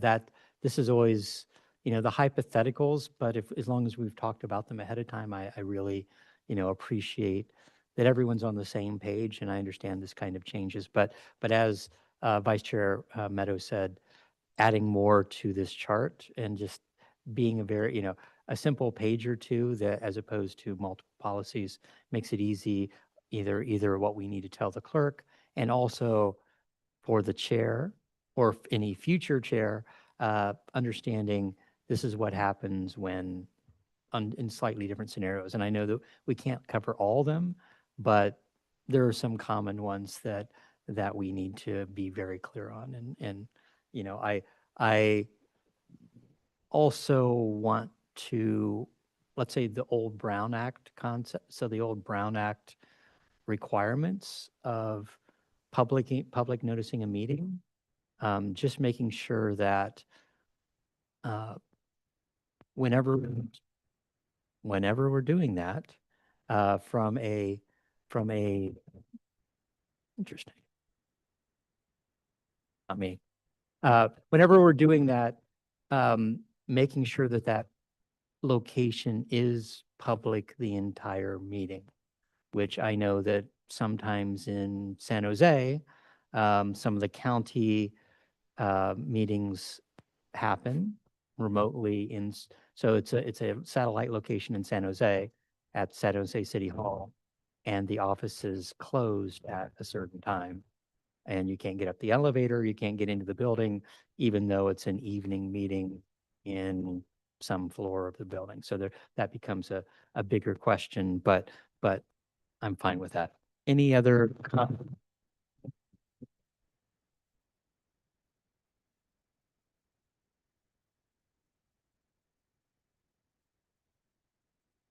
And I'll ask Director Hilton or Director Martinez Beltran, do you hear the sound that we're hearing in the room?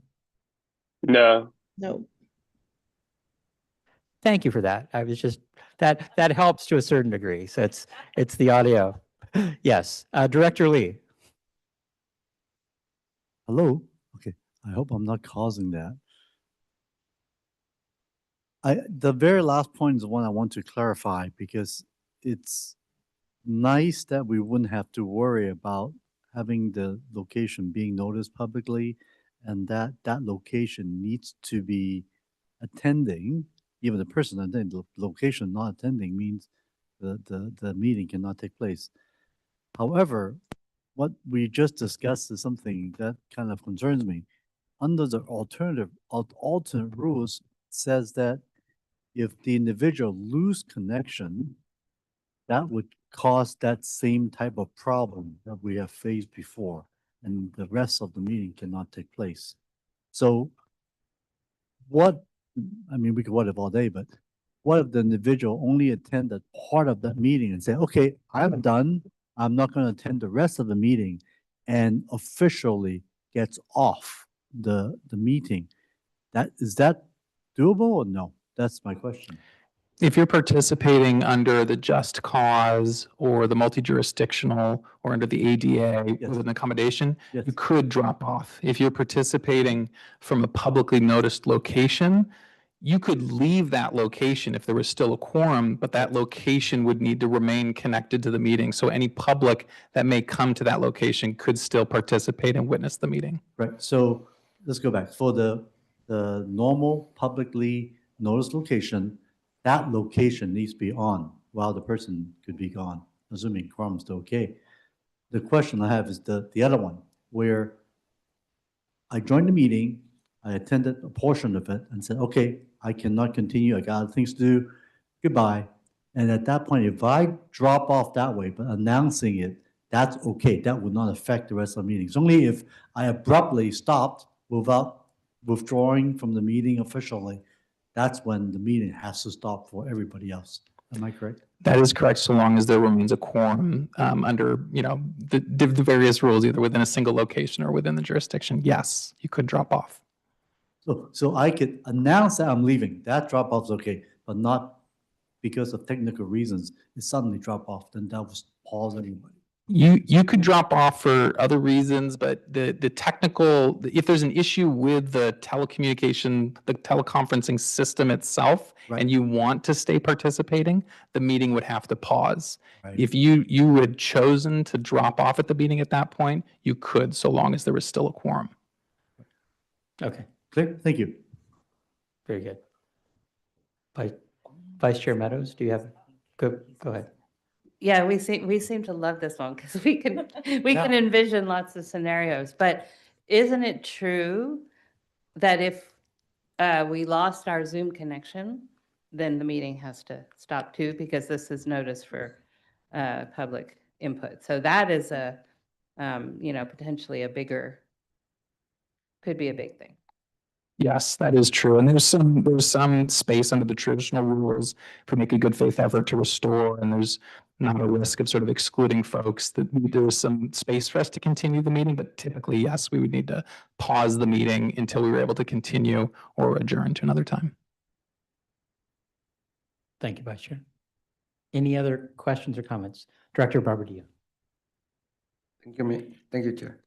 So just to be clear about Director Lee's question, it only matters if a remote participation is drop off intentional or not, if the participant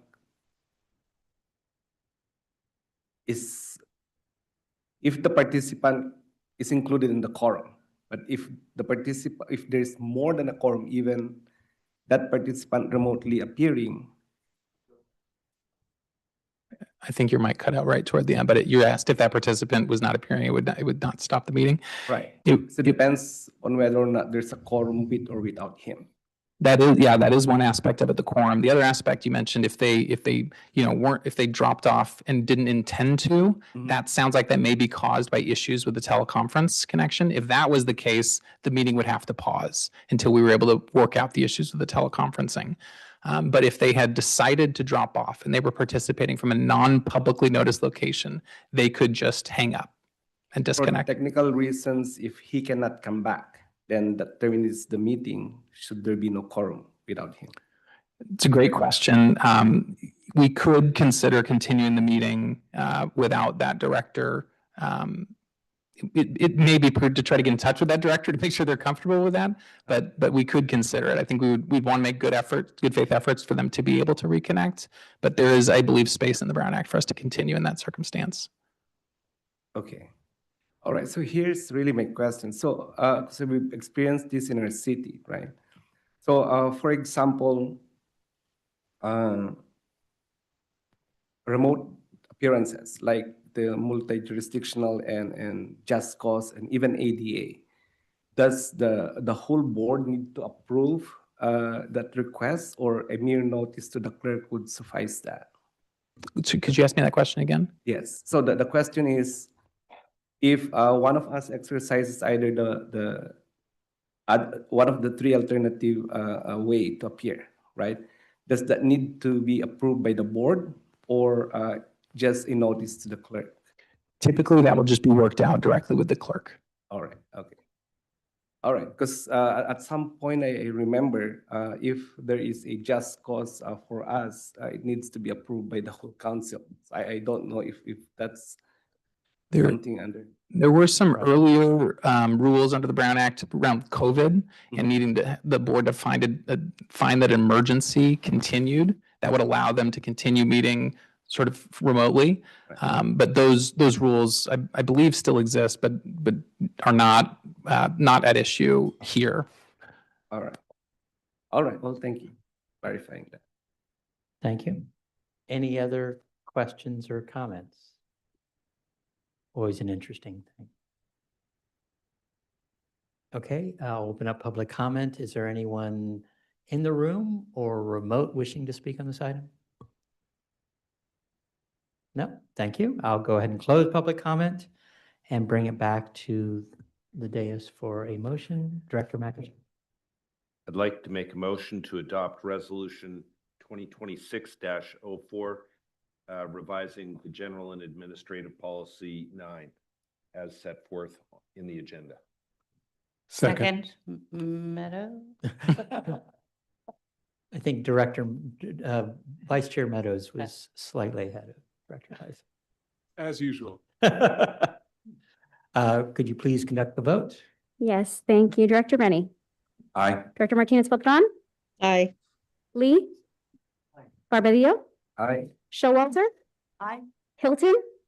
Aye. Page. Aye. Chair Klein. Aye. Vice Chair Meadows. Aye. Makachek. Aye. Tyson. Yes. Squazzola. Aye. Thank you. That carries unanimously. Thank you. And Michael, I just want to thank you for bringing this forward, not just what the new law is going into place, but clarifying it for the board and kind of going through the scenarios. This is useful for the chair and I think the directors overall, and especially, with the new laws going into effect, it's been, I'll say all of us are talking to our different city attorneys or county attorneys on what this means. And this helps quite a bit. So thank you. Thank you all. We'll move on to our next item, item 6, power charge indifference adjustment briefing. So maybe as staff is coming down, I'll do a little bit of a introduction. So many of you have heard us talk a lot about the power charge indifference adjustment, otherwise known as the PCIA. We talk a lot about it when we talk about budget and finance and setting rates. And many of you are also new to the board and maybe just kind of got dropped into the middle of those discussions and were expected to understand what we were talking about.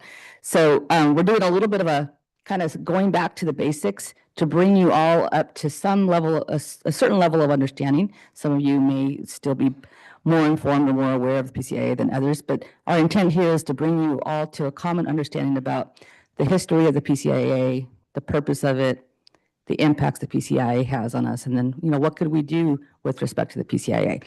So I'm going to pass it over to Zol, who's going to, I think, do a much better introduction. Well, thanks, Monica. Actually, you said a lot of what I was going to say at the outset, so I'll skip this first slide. I should say I am joined tonight by Adam Pierce, who is our Senior Regulatory Advisor and Associate General Counsel. Adam is our lead on the PCIA proceeding. I will also say before we get into it, this is a pretty dense topic and we have a lot of material to cover. So, if there are urgent questions, I think at the chair's discretion, we can answer clarifying questions as we go, but we do intend to answer questions at the end of the presentation as well. So as Monica said, we really, wanted to bring you all together and talk about the PCIA this evening, really so that we could give this overview of the purpose and mechanics of the PCIA. Adam will talk a little bit about how the PCIA impacts SVCE and how we manage that impact. And then finally, but perhaps most importantly, we also want to provide a regulatory update because for the first time in really many years, this is an active proceeding at the CPUC. Tonight is an information-only item, so we are not seeking any board action, but we really wanted to lay the groundwork in case we need to come back to you all for guidance as this policy moves forward this year. All right, so before we get into the PCIA itself, I want to provide a little bit of background and then I'll hand it off to Adam. there's a really important, I think, foundational principle of utility regulation that we need to keep in mind when we think about the PCIA. And I think whether or not we agree with this concept, it's something that both our regulators and the investor-owned utilities believe is fundamental to the way they operate. And so that's the concept of the regulatory compact. And essentially what the regulatory compact says is that utilities like PG&E have a reasonable expectation of cost recovery because of all of the regulatory oversight that their regulatory bodies like the Public Utilities Commission has over them.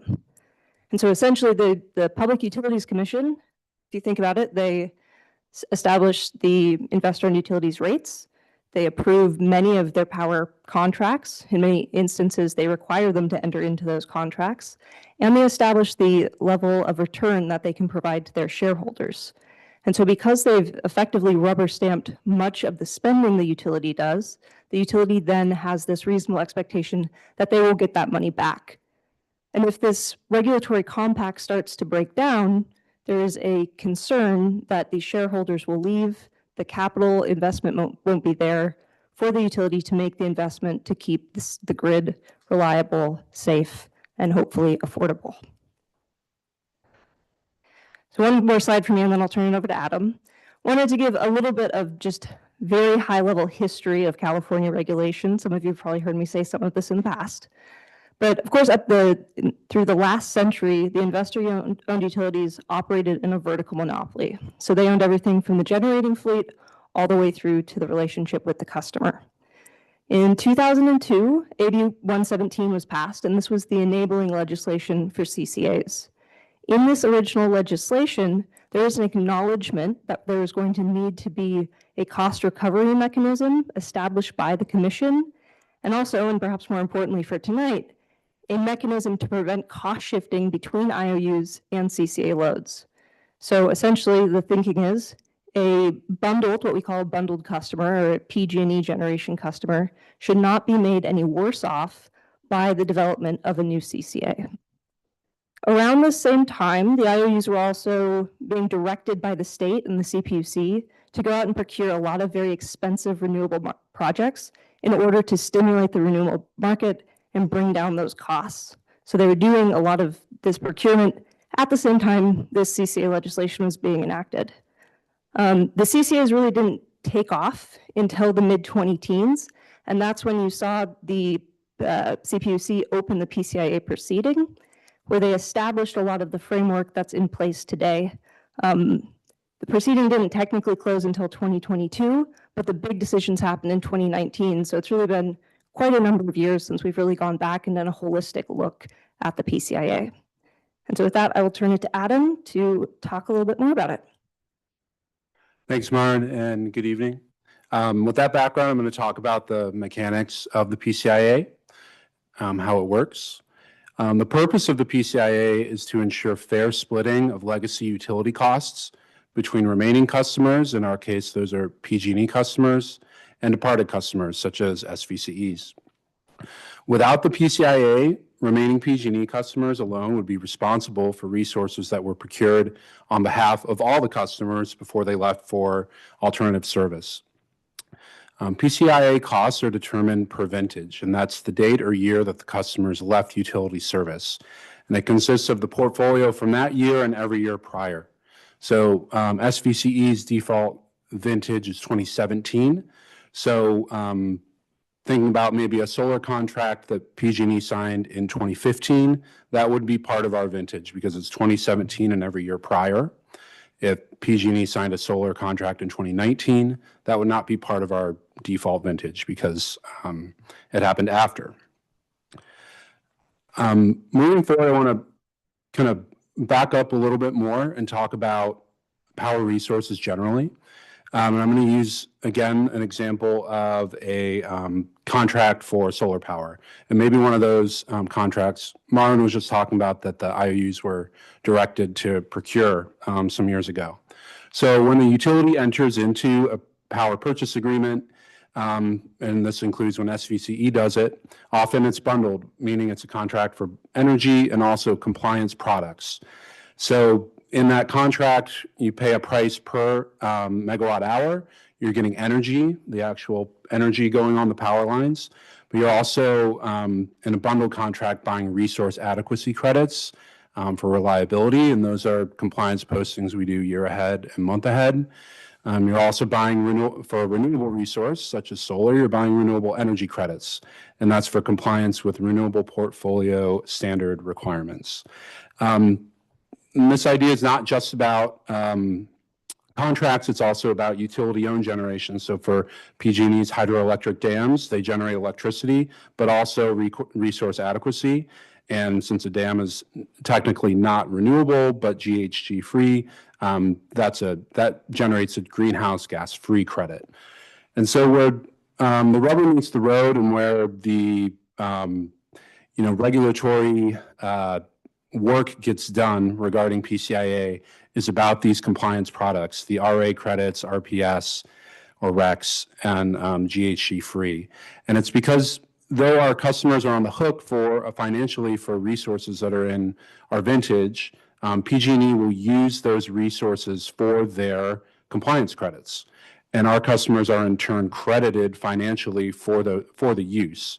And it's determining how we are credited, again, where a lot of the friction happens in this proceeding. So when the utility uses a PCI resource for its own compliance, we value it through a market price benchmark. These are calculated annually by the CPUC. They send out data requests to load serving entities to ask about transactions that have happened. And it's a proxy value for a product. It's an approximation.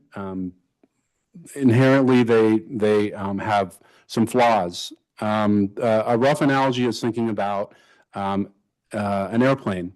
And if there's a flight tonight and thinking about what is the cost of a seat in commercial on that airplane. Well, some people bought a ticket today. Some people bought a ticket a week ago, 3 months ago, 6 months ago. Different prices probably at each point for that same product. And if we were going to try to think of what is the value of a seat on that plane, you're probably going to take some average to figure out, okay, what is the price? What's the value of this flight tonight? And it might be a number that nobody actually paid, but it's an average of those transactions that you looked at. And so we use those to calculate portfolio value, which I'll turn it back over to Maren to discuss further. Thanks, Adam. So in the next two slides, I'm going to the best of my ability, try to walk through the PCIA calculation in as simple terms as possible. I'll provide a sort of narrative description first, and then we'll walk through a simple numerical example. So as I think we've hinted at, right, the PCIA is really about determining what we call the above market costs, or put in another term, what are those old expensive legacy? Is that better? Okay. Oh. We hear that. Yeah, Andrew, I think it was like it looked like you were unmuted. Is it? We're good now? Okay, sorry. So really, what was the cost of those old expensive legacy projects versus what are they really worth in today's market? And assuming that number is a positive value, so the above market costs are positive, there is a positive PCIA. So to get to this answer, you really just need two different components, right? You need to know the portfolio costs and the portfolio value. Of the two, the portfolio costs are relatively straightforward to calculate. You take the cost of the PPAs, you take the cost of the utility-owned generating fleet, the fuel costs associated with that fleet. From that, you subtract out any sales that PG&E, in our case, makes to the marketplace, and that gives you your portfolio cost. The portfolio value is a bit more complicated because, as Adam was just describing, these NPBs are challenging to calculate. They are, a proxy value. There's a lot of debate in exactly how you get to that average. So it can be contentious to work through the portfolio value. But effectively what it is you take the quantity of the compliance attributes, the RPS, the RA, that is being retained to serve PG&E's bundled load. You multiply those by their respective MPBs, and at the end you get the portfolio value. So in this numerical example, for those of you who like math, and for those of you who don't, I tried to keep the numbers as simple as possible here. You can imagine a world in which there's only one utility resource in a CCA's vintage.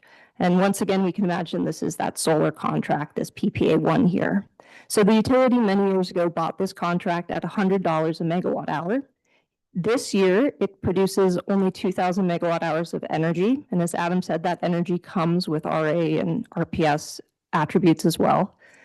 The IOU in this instance is not selling any of these attributes into the market. So the total portfolio cost is $100 times 2,000 megawatt hours or $200,000. The IOU has retained 100% of this contract to service its bundled load. So you take the calculated MPB for RA, here $20, and the calculated MPB for RPS, $30, and you get to values of $40,000 and $60,000 respectively. It is worth noting here that relatively small changes to those MPBs result in large changes to the total value of the portfolio. And I will say these numbers are much smaller than the actual values that are being tossed around in the PCIA. We didn't really talk about this, but because the energy value is settled through a liquid market, the CAISO market, there's no need to calculate an MPB, so the energy gets settled out, and you get to a total portfolio value here of $150,000. So that means that the above market cost here is $50,000, the $200,000 portfolio cost minus the portfolio value. Now that $50,000 has to get spread across all customers who are part of this PCIA vintage. And that's not just the CCA customers, but also the IOU customers. And so that is evenly split based on the actual load of those two groups. So you have 150,000 megawatt hours of load here, about 1/3 to the CCA, the other 2/3 to the IOU, and a total cost of 33 cents per megawatt hour. As I hinted at, this is a gross oversimplification of what actually happens. There is a forecast, there's true-ups, there are dozens of contracts, dozens of LSCs in each one of these vintages, so it gets quite a bit more complicated than this, but this is functionally the math behind what we're doing. So the last thing I want to share before I give it back to Adam is just how our customers experience the PCIA, because obviously they don't have to think about all that math. If you are a SVCE customer, you will see a power charge and difference adjustment line item on your bill. You'll also see the vintage that you are in as a customer. Now, I think it's important to note that PG&E customers do not see PCIA on their bill. It gets bundled into their generation charge. As I just showed you, PG&E customers are effectively paying the PCIA. So this can be confusing for customers. For whatever reason, you're comparing your bill with your neighbor and they're, a bundled customer, you might feel like you're being charged additional. However, that's not the case. The CPUC has recognized that, and we're working on getting a line item on bundled customers' bills as well. The exact timing for that is being discussed in the billing modernization proceeding right now. And with that, I will pass it back to Adam to talk a little bit more about how SVCE manages the PCIA. Thanks, Maren. So having seen the mechanics and background, I'm going to talk about the impacts of the PCIA to SVCE and how we deal with those impacts. So first and very important, the PCIA impacts our rate setting. SVCE is not under the obligation, but chooses to include a customer's PCIA charge in its rate setting, such that a customer's discount to PG&E includes the PCIA.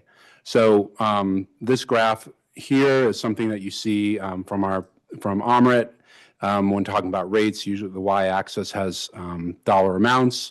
The blue portion of this graph is what we control as our generate. The orange portion is set for us or calculated for us as our PCIA. So we create our generate such that when added to the PCIA, it's still beneath the PG&E generate. And in your board packet tonight for the 2026 rates, we see here an example of that. And so if the PCIA didn't exist, you can see here there'd be a lot more headroom for generation rate. So the PCIA directly impacts the revenues that SVCE collects in a world where we are setting a discount to PG&E. Another impact of the PCIA, and an aspect of this, is that while SVCE forecasts the PCIA with the best available market data, we don't have access to important details of PG&E's PCIA portfolio, specifically what the resources are and how big they are, their capacity. This lack of information makes it more challenging for us to forecast and prudently manage our power portfolio. As Benna mentioned earlier, there has been a bill introduced by CalCCA, AB 1761, sponsored by Assemblymember Rogers, that seeks to close some of the gaps in this and increase data transparency. Speaking about this forecasting of the PCIA, energy is a volatile market. Prices change, prices of compliance products change, and those changes in price impact the PCIA because the PCIA portfolio is made up of resources that create those things as well. But when we look forward to forecasting our portfolio and making decisions about procurement and financial strategies, we are left with greater volatility because we don't know what the PCIA is going to be going out into the future. So in this graph, you're looking at, again, SVCE generation rate in the dark blue, PCIA for each year in the light blue. And you can see that, for the past 5 years, PCIA has changed dramatically, where it was much higher in 2021 than, say, 2023. And because of its impact to our revenues when we set rates, we are left with this bit of black box in terms of projecting out into the future. The final impact I'll talk about is that PCIA leaves us overexposed to the market. Again, because of the impact of the PCIA on the rates that we set, all else equal, SVCE has an increased direct relationship to market prices. So if we think back to the numerical slide that Maren showed, when prices go up, market prices go up, the MPBs go up, and that makes the PCIA go down because those resources are less out of the money. When prices are up, PG&E generation rate also goes up, allowing us more headroom. The inverse is also true when prices go down, the MPB goes down, the PCIA goes up. And with the PG&E rate going down, that leaves us less headroom. So the PCIA doubles the impact of change in prices. So we do have tools to manage some of these challenges. Last year, the board approved an update to the energy risk management policy, and that was in response to acknowledging that the PCIA provides a financial hedge to our portfolio gross margin. And the decision reduced the amount of physical hedge required in order to reduce our direct exposure to market prices. In other words, it allowed us to have a more open position, put simply. And I'll also flag the importance of cash reserves. Because of the volatility of the cost of energy and attributes, along with the lack of transparency when we try to forecast, this is one of the key reasons that we have put effort into building cash reserves when possible over the years to draw them down when needed, when prices are lower, such as in this year. And with that background, I'll move now finally to the regulatory update. This is an overview slide. I'll go more into detail on each of these 3 tracks. But quickly here, track 1 was completed last year, and it concerned the calculation of the market price benchmark for resource adequacy. Track 2 just started and will concern the applicability of the market price benchmark for renewable energy credits, or RPS, for banked when those are banked. And track 3, which we expect to go this year, will examine wholesale changes, potential wholesale changes to the PCIA. So in track 1, which was heard on an expedited basis last year, it changed the way that the RA MPB is calculated. So again, in my airplane example, if the old MPB only looked at the purchases that were made, say, the month before the flight, the effect of this one was to make a longer look into the past. So now you're looking at the previous 3 months of people who bought the flight.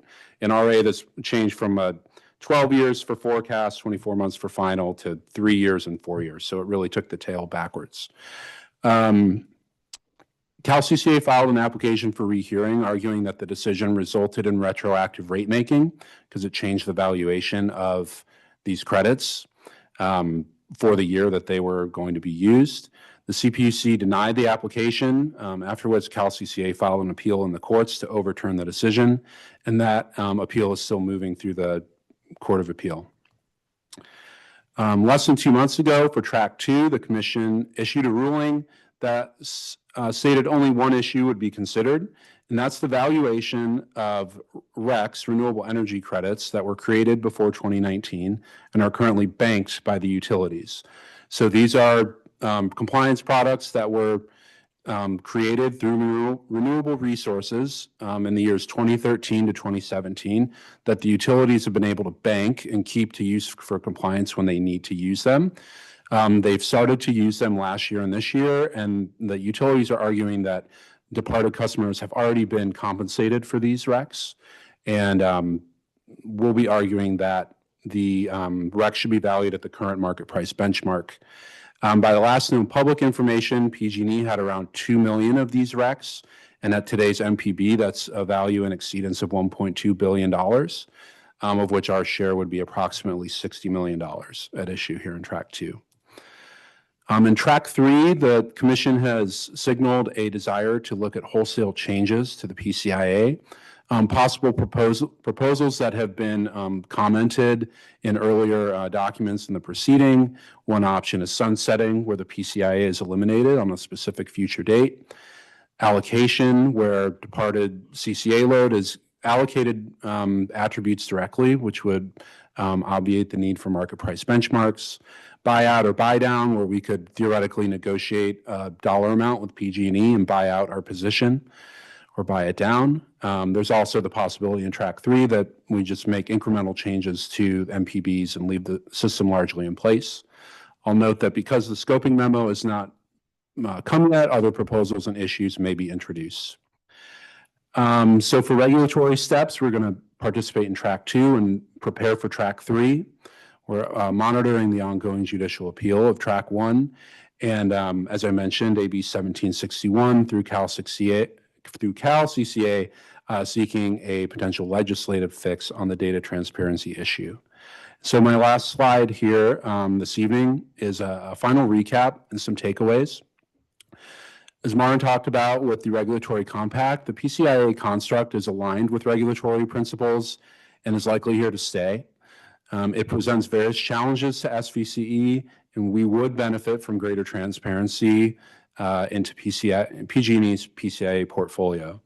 The goal should be ensuring fair cost allocation between remaining PG&E customers and departed CCA customers. The reopening of the regulatory proceeding allows us to tinker with methods to ensure that fair split, and also coming in Track 3, an opportunity to potentially change the overall structure of the PCIA. And with that, I will turn it back to Chair Klein. Thank you. We'll take it, questions from the directors. Director Tyson. Great. Thank you for the very complicated, but I think I understood it, presentation. And I applaud the efforts to explain it and then also deal with the issues of transparency and understanding. So I approve of the direction that you're going. Your presentation may have resolved a long-term question I've had about PCIA, but I think you created a new one, a new question.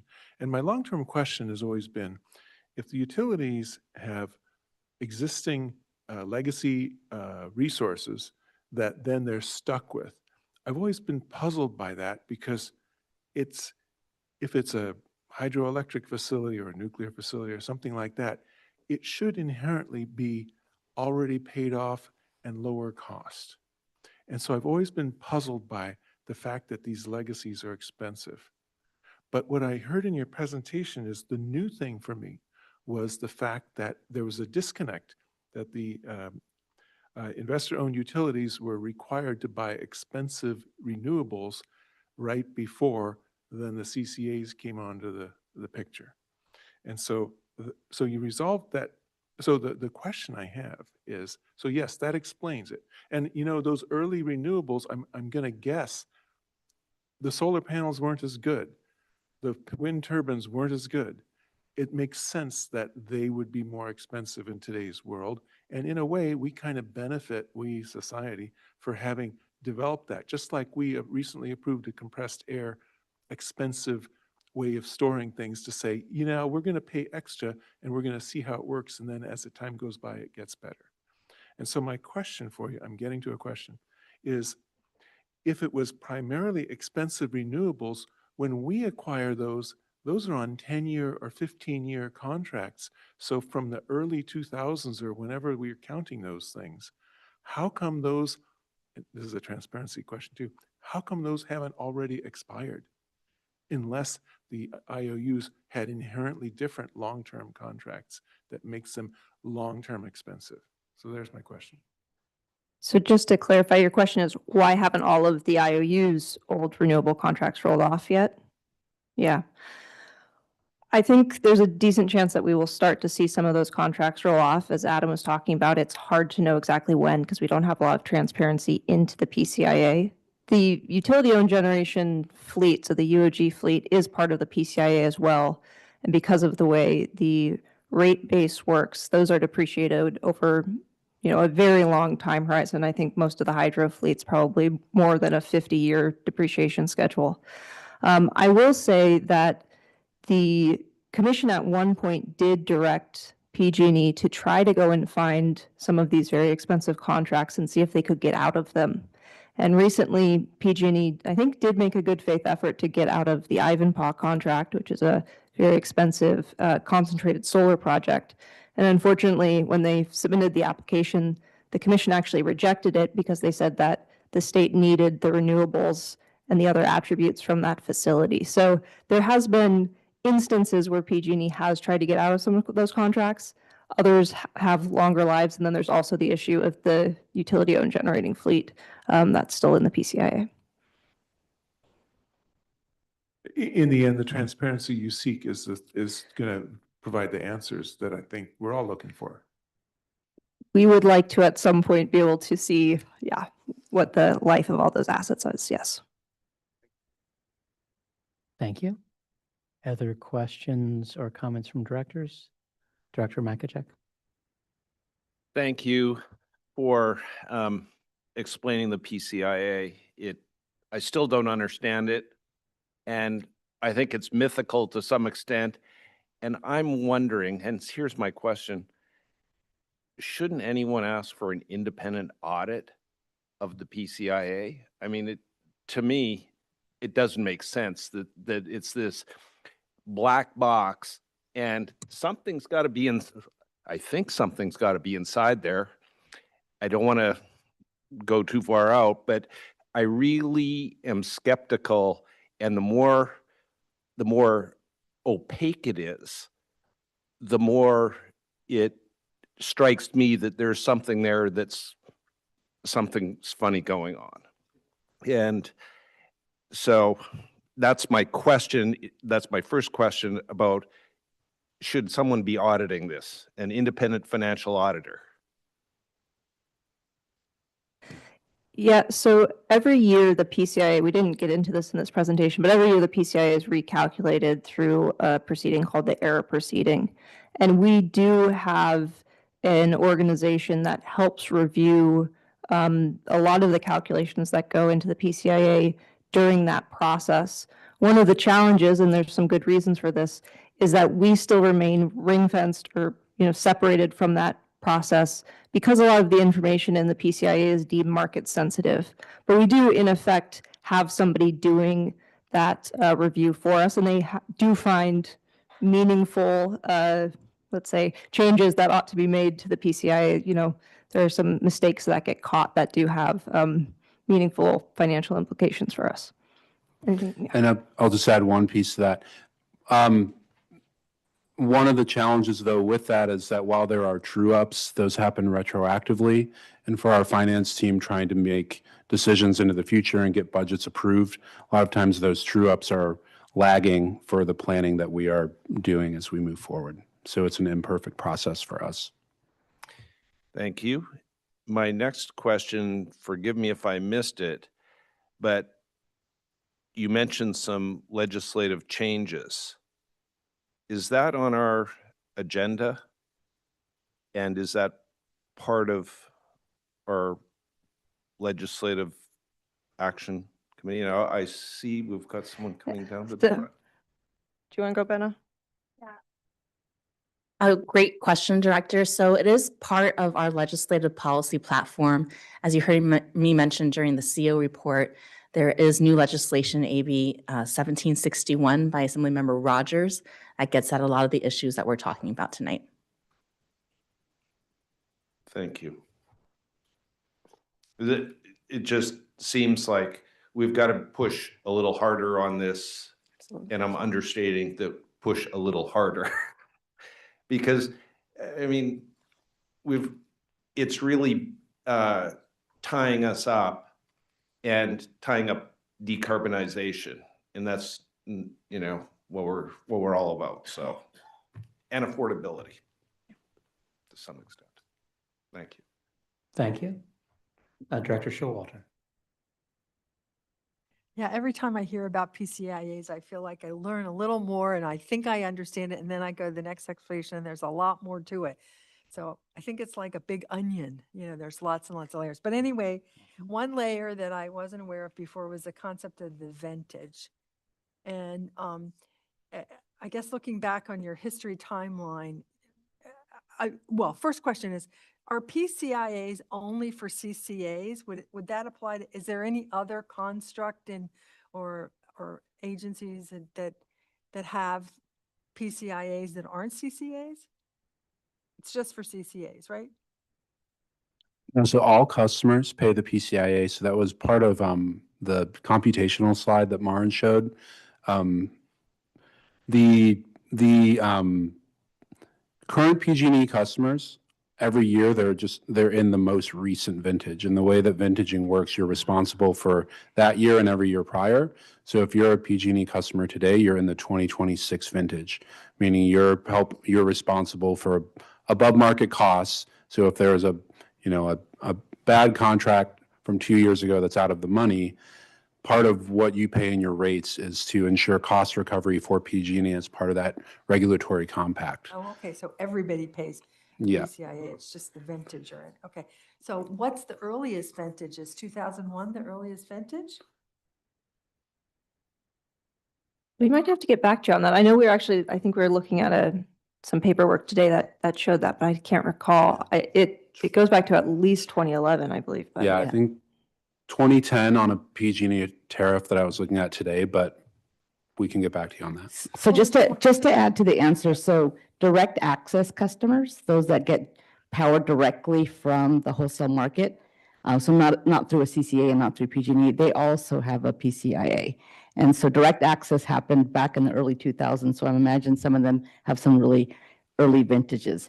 Now, in terms of the construct of a PCIA or ability to recover these kind of stranded assets as it exists anywhere else, well, in the POU or the public utility space, like the city of Palo Alto or the city of Santa Clara, where they have a complete monopoly, they don't have this issue that their customers go to somebody else, right? And so they can recover all their costs through their customers. So that doesn't exist in that space. Okay, thank you very much. Thank you. Director Lee? Thank you.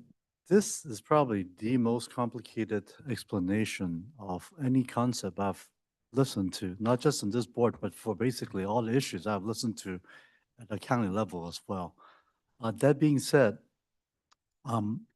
I certainly do not pretend I understand the PCI calculations that has been explained, but it does seem to me, at least from the side of the purpose, is that this was developed to basically help the legacy utility, in this case PG&E, to pay for these. Basically, it's a subsidy that our current user of electricity have to pay off the early investment apparently that PG&E had. So since they lose their customers to us during the formation of CCA, that's why this is a way for them to recover those early high cost investment. This is my way of trying to understand the purpose of all this. I think I might, at the risk of giving PG&E a lot of credit here, I think the way that the commission would think about it is because they have that guaranteed cost recovery, they are going to get that money from someone, from a ratepayer. And so the question is, should their remaining generation customers be on the hook for projects that were really purchased on behalf of all California ratepayers? So I think it's more about ensuring indifference between the bundled and unbundled customers and making sure that that's a fair cost split than necessarily a benefit directly to the utility. I think it's really much more about how the customers are either benefiting or being hurt by the way the cost allocation split occurs.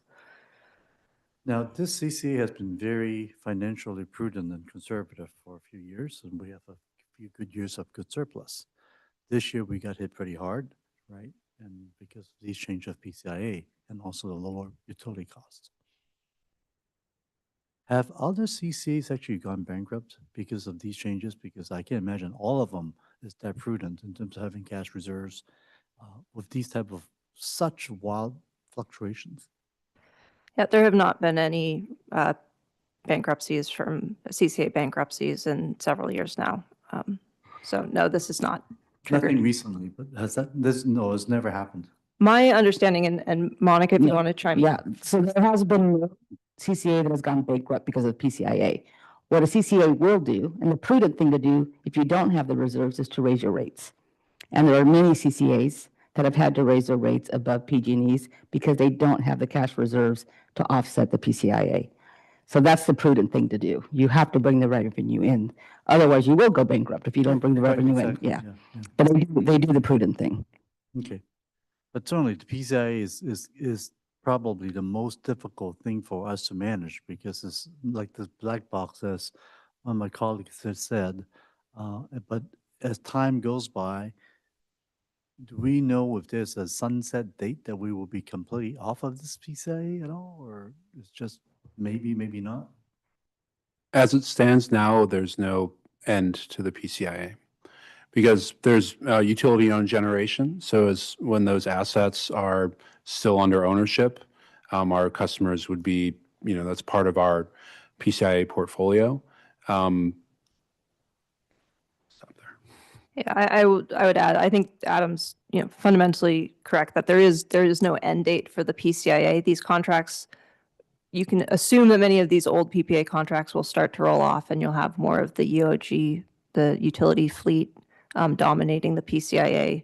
I will say, and we try to avoid getting into this because it's a sort of added layer of that onion of complication, but there are questions about as the utilities make new investments in their utility-owned fleet, should those resources stay in the PCIA, or does that investment really mean that it should move to the current vintage or not? And that's another active debate. So that's still being debated, but certainly we could get stuck with it. Yeah, so I'll also raise the specter that the PCIA can turn negative, where if the portfolio were to be performing better than market value, that it would be a credit. So there, we consider all possibilities in terms of forming arguments on principle as to what makes the most sense, because as the market changes, the value of the portfolio could change, and that's just part of the discussion that we have internally and then also with other CCAs at Cal CCA. Right, but it's not like something where we have an option to participate or not. This is something we have to live with. Correct. Thank you. Thank you. Director Tyson? Go ahead. Or sorry, Director Makachek. So the PCIA, my question is the PCIA unique by service territory for each IOU? For example, PG&E has a PCIA, San Diego Gas and Electric, and SoCal Edison, et cetera. Yes. Okay, thank you. Thank you. I had a question. You were talking about lag for the true up, and a lot of this is when accounting is done and all that, how long, and it's trying to figure out, having a crystal ball to estimate and figure out how this is going to affect us. How long is that lag? Is it 3 months? Is it 6 months? Is it a year later? Or we don't know for how often it will change or what the requirements are. So as market prices change, that has impacts on, so like last year, the PG&E rates started high. Yep. And then prices dropped. So they were overcollected. They started to be overcollected and that balance account really grew. But that didn't get trued up until this year, So it just adds to that overexposure of the change in price and our impact to it. And with our rate setting happening at the end of the year, there are further changes that happen to the balancing account over time.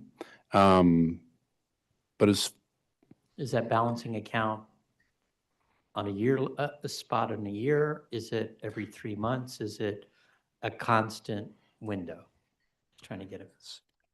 I believe, and this might be another one that we follow up with you on, but so there's the ERA forecast case, and then there's an ERA, I believe they call it the ERA compliance case, and I think there's about a year, 18 months between those two. And so I think most of the true up happens then, but as Adam says, there's balancing accounts that sort of collect and ebb and flow all of the time. So I think if you're wondering, sort of how long we're hit with this lag, I think in general, you could say it's probably on the order of about a year, but I'm sure there are circumstances where it takes multiple years to catch up. Okay, and that's what I was it's like, what's our general exposure, understanding that, and that helps. Thank you. Any other questions? Director Barbadillo.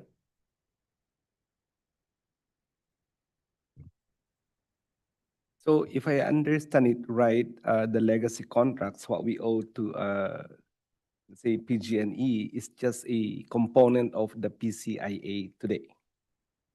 One of the, right? And then the other components are market price volatility and other factors that you incorporate to determine what's a good PCI. Right?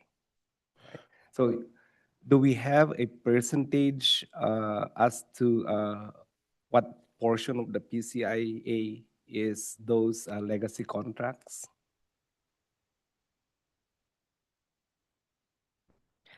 Andrew, would it be possible to go back and pull the slide right after that one? I think is the one Adam's hoping for.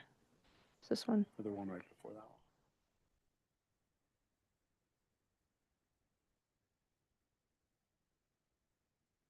So Sorry. Yeah, I'll just say, so the PCIA is calculated. There's a lot of inputs that go into the calculation of the PCIA, and that's energy costs, and then that's MPBs that are proxy values created by the commission. So it's because energy costs change, and because of the change in compliance products and those MPBs being an imperfect representative of what those are, those just naturally comprise what how the PCIA is calculated. So it's the volatility or the lack of information into it. Those are more downstream impacts of having not so much look into the portfolio itself. But it's almost like saying, well, what is the value of the SVCE portfolio today? That would take, calculating energy prices and compliance products, and the PCI is the same way. Right. The reason why I asked how much this percentage is because you just said that there's going to be no sunset, right? Or we don't know, but we're not looking at it in the near future. And we're saying under the report that there's lack of transparency. And we're still in the quandary of trying to figure out what PCIA is based on all the factors I've mentioned, in addition to the legacy contracts that we have, right? And how long has CCAs been in existence, which has been an issue ever since each CCA's existence, because most customers from PG&E goes to, let's say, SVCE since 2017. And we cannot project when will the contract that we're PG&E is cost recovering from its present consumers and our consumers now under the SVCE that they inherited from being under PG&E. So it seems that there's no solution, and I believe what probably could solve that is legislative intervention. One, force PG&E for transparency, right? If that's a factor to consider for us to really determine what PCIA is with a little bit of certainty. Second is there should be a way to get out of those legacy contracts, right? We are projecting now that we can sunset out of it because, as you said, what's the last contract that they have, or at least on record, is 2011, and these contracts probably last, 10, 20, 40, 50 years, so we're stuck to it, right? Which is a factor of determining what is PCIA. What are we doing now today, right? If PG&E suddenly increases the price, what are we doing? We're subsidizing 1% from our own reserves. That's what's going on now, right? So what could be the solution? It's very hard to determine what PCIA is. We're balancing it on the SVCE's portfolio. And I think we should ask our legislators to help us on transparency at least, and help us see if there can be a sunset on these legacy contracts. That's my thoughts, right? We're on quandary. We've been talking about PCIA, and I assume that even before I came to this board, you've been talking about PCIA, and we're still on the same. We're relying our future on the new legislation. We're still looking for factors that could help us determine PCIA. How many years has it been? So I think, as I said, right, it's legislation. We should have a stronger voice, lobbying for these changes. If we cannot sunset these obligations we inherited, that our customers inherited from PG&E. And I agree, Director Barbadillo. I think that's what track 3 is really looking at, whether or not there's conceivably a buy down option, conceivably at some point in time offering up, can we buy out whatever this liability is? Not that we know how that'll play out, but looking at talking to our legislators and trying to figure out exactly that, so looking at page 24 in the presentation on what the options for fixing this liability from 2026 standpoint. So I agree. I think a lot of it relies on our legislator advocacy shoulders to make sure that this gets fixed as well as possible. Thank you. I see no other questions coming from directors. I'll open up public comment. Are there any public comments on this item in the room? Looks like there's one. Mr. Carney? I'm really glad you're having this conversation. This is not my favorite topic, but it's certainly one that I've been engaged with for a very long time, going back to 2017. And so have many other advocates for CCAs. If you think about this as alimony, you'll get the right drift. This is the alimony payment CCAs make to their ex-wife, PG&E. And PG&E got the good lawyers, and the CCAs, didn't get as many good lawyers as PG&E. PG&E has captured the CPUC, and there's a great deal of information asymmetry And if you could show slide 10, Andrea, I can talk through this a little bit more. So on slide 10, there's one contract, but in reality, there's probably 500 to 1,000 contracts that PG&E has for energy. And if you knew the cost and the quantity and the year in which the contract expired, you would have all the information that PG&E has, and you would be able to calculate with a reasonable amount of expertise the cost, not the value, but the cost.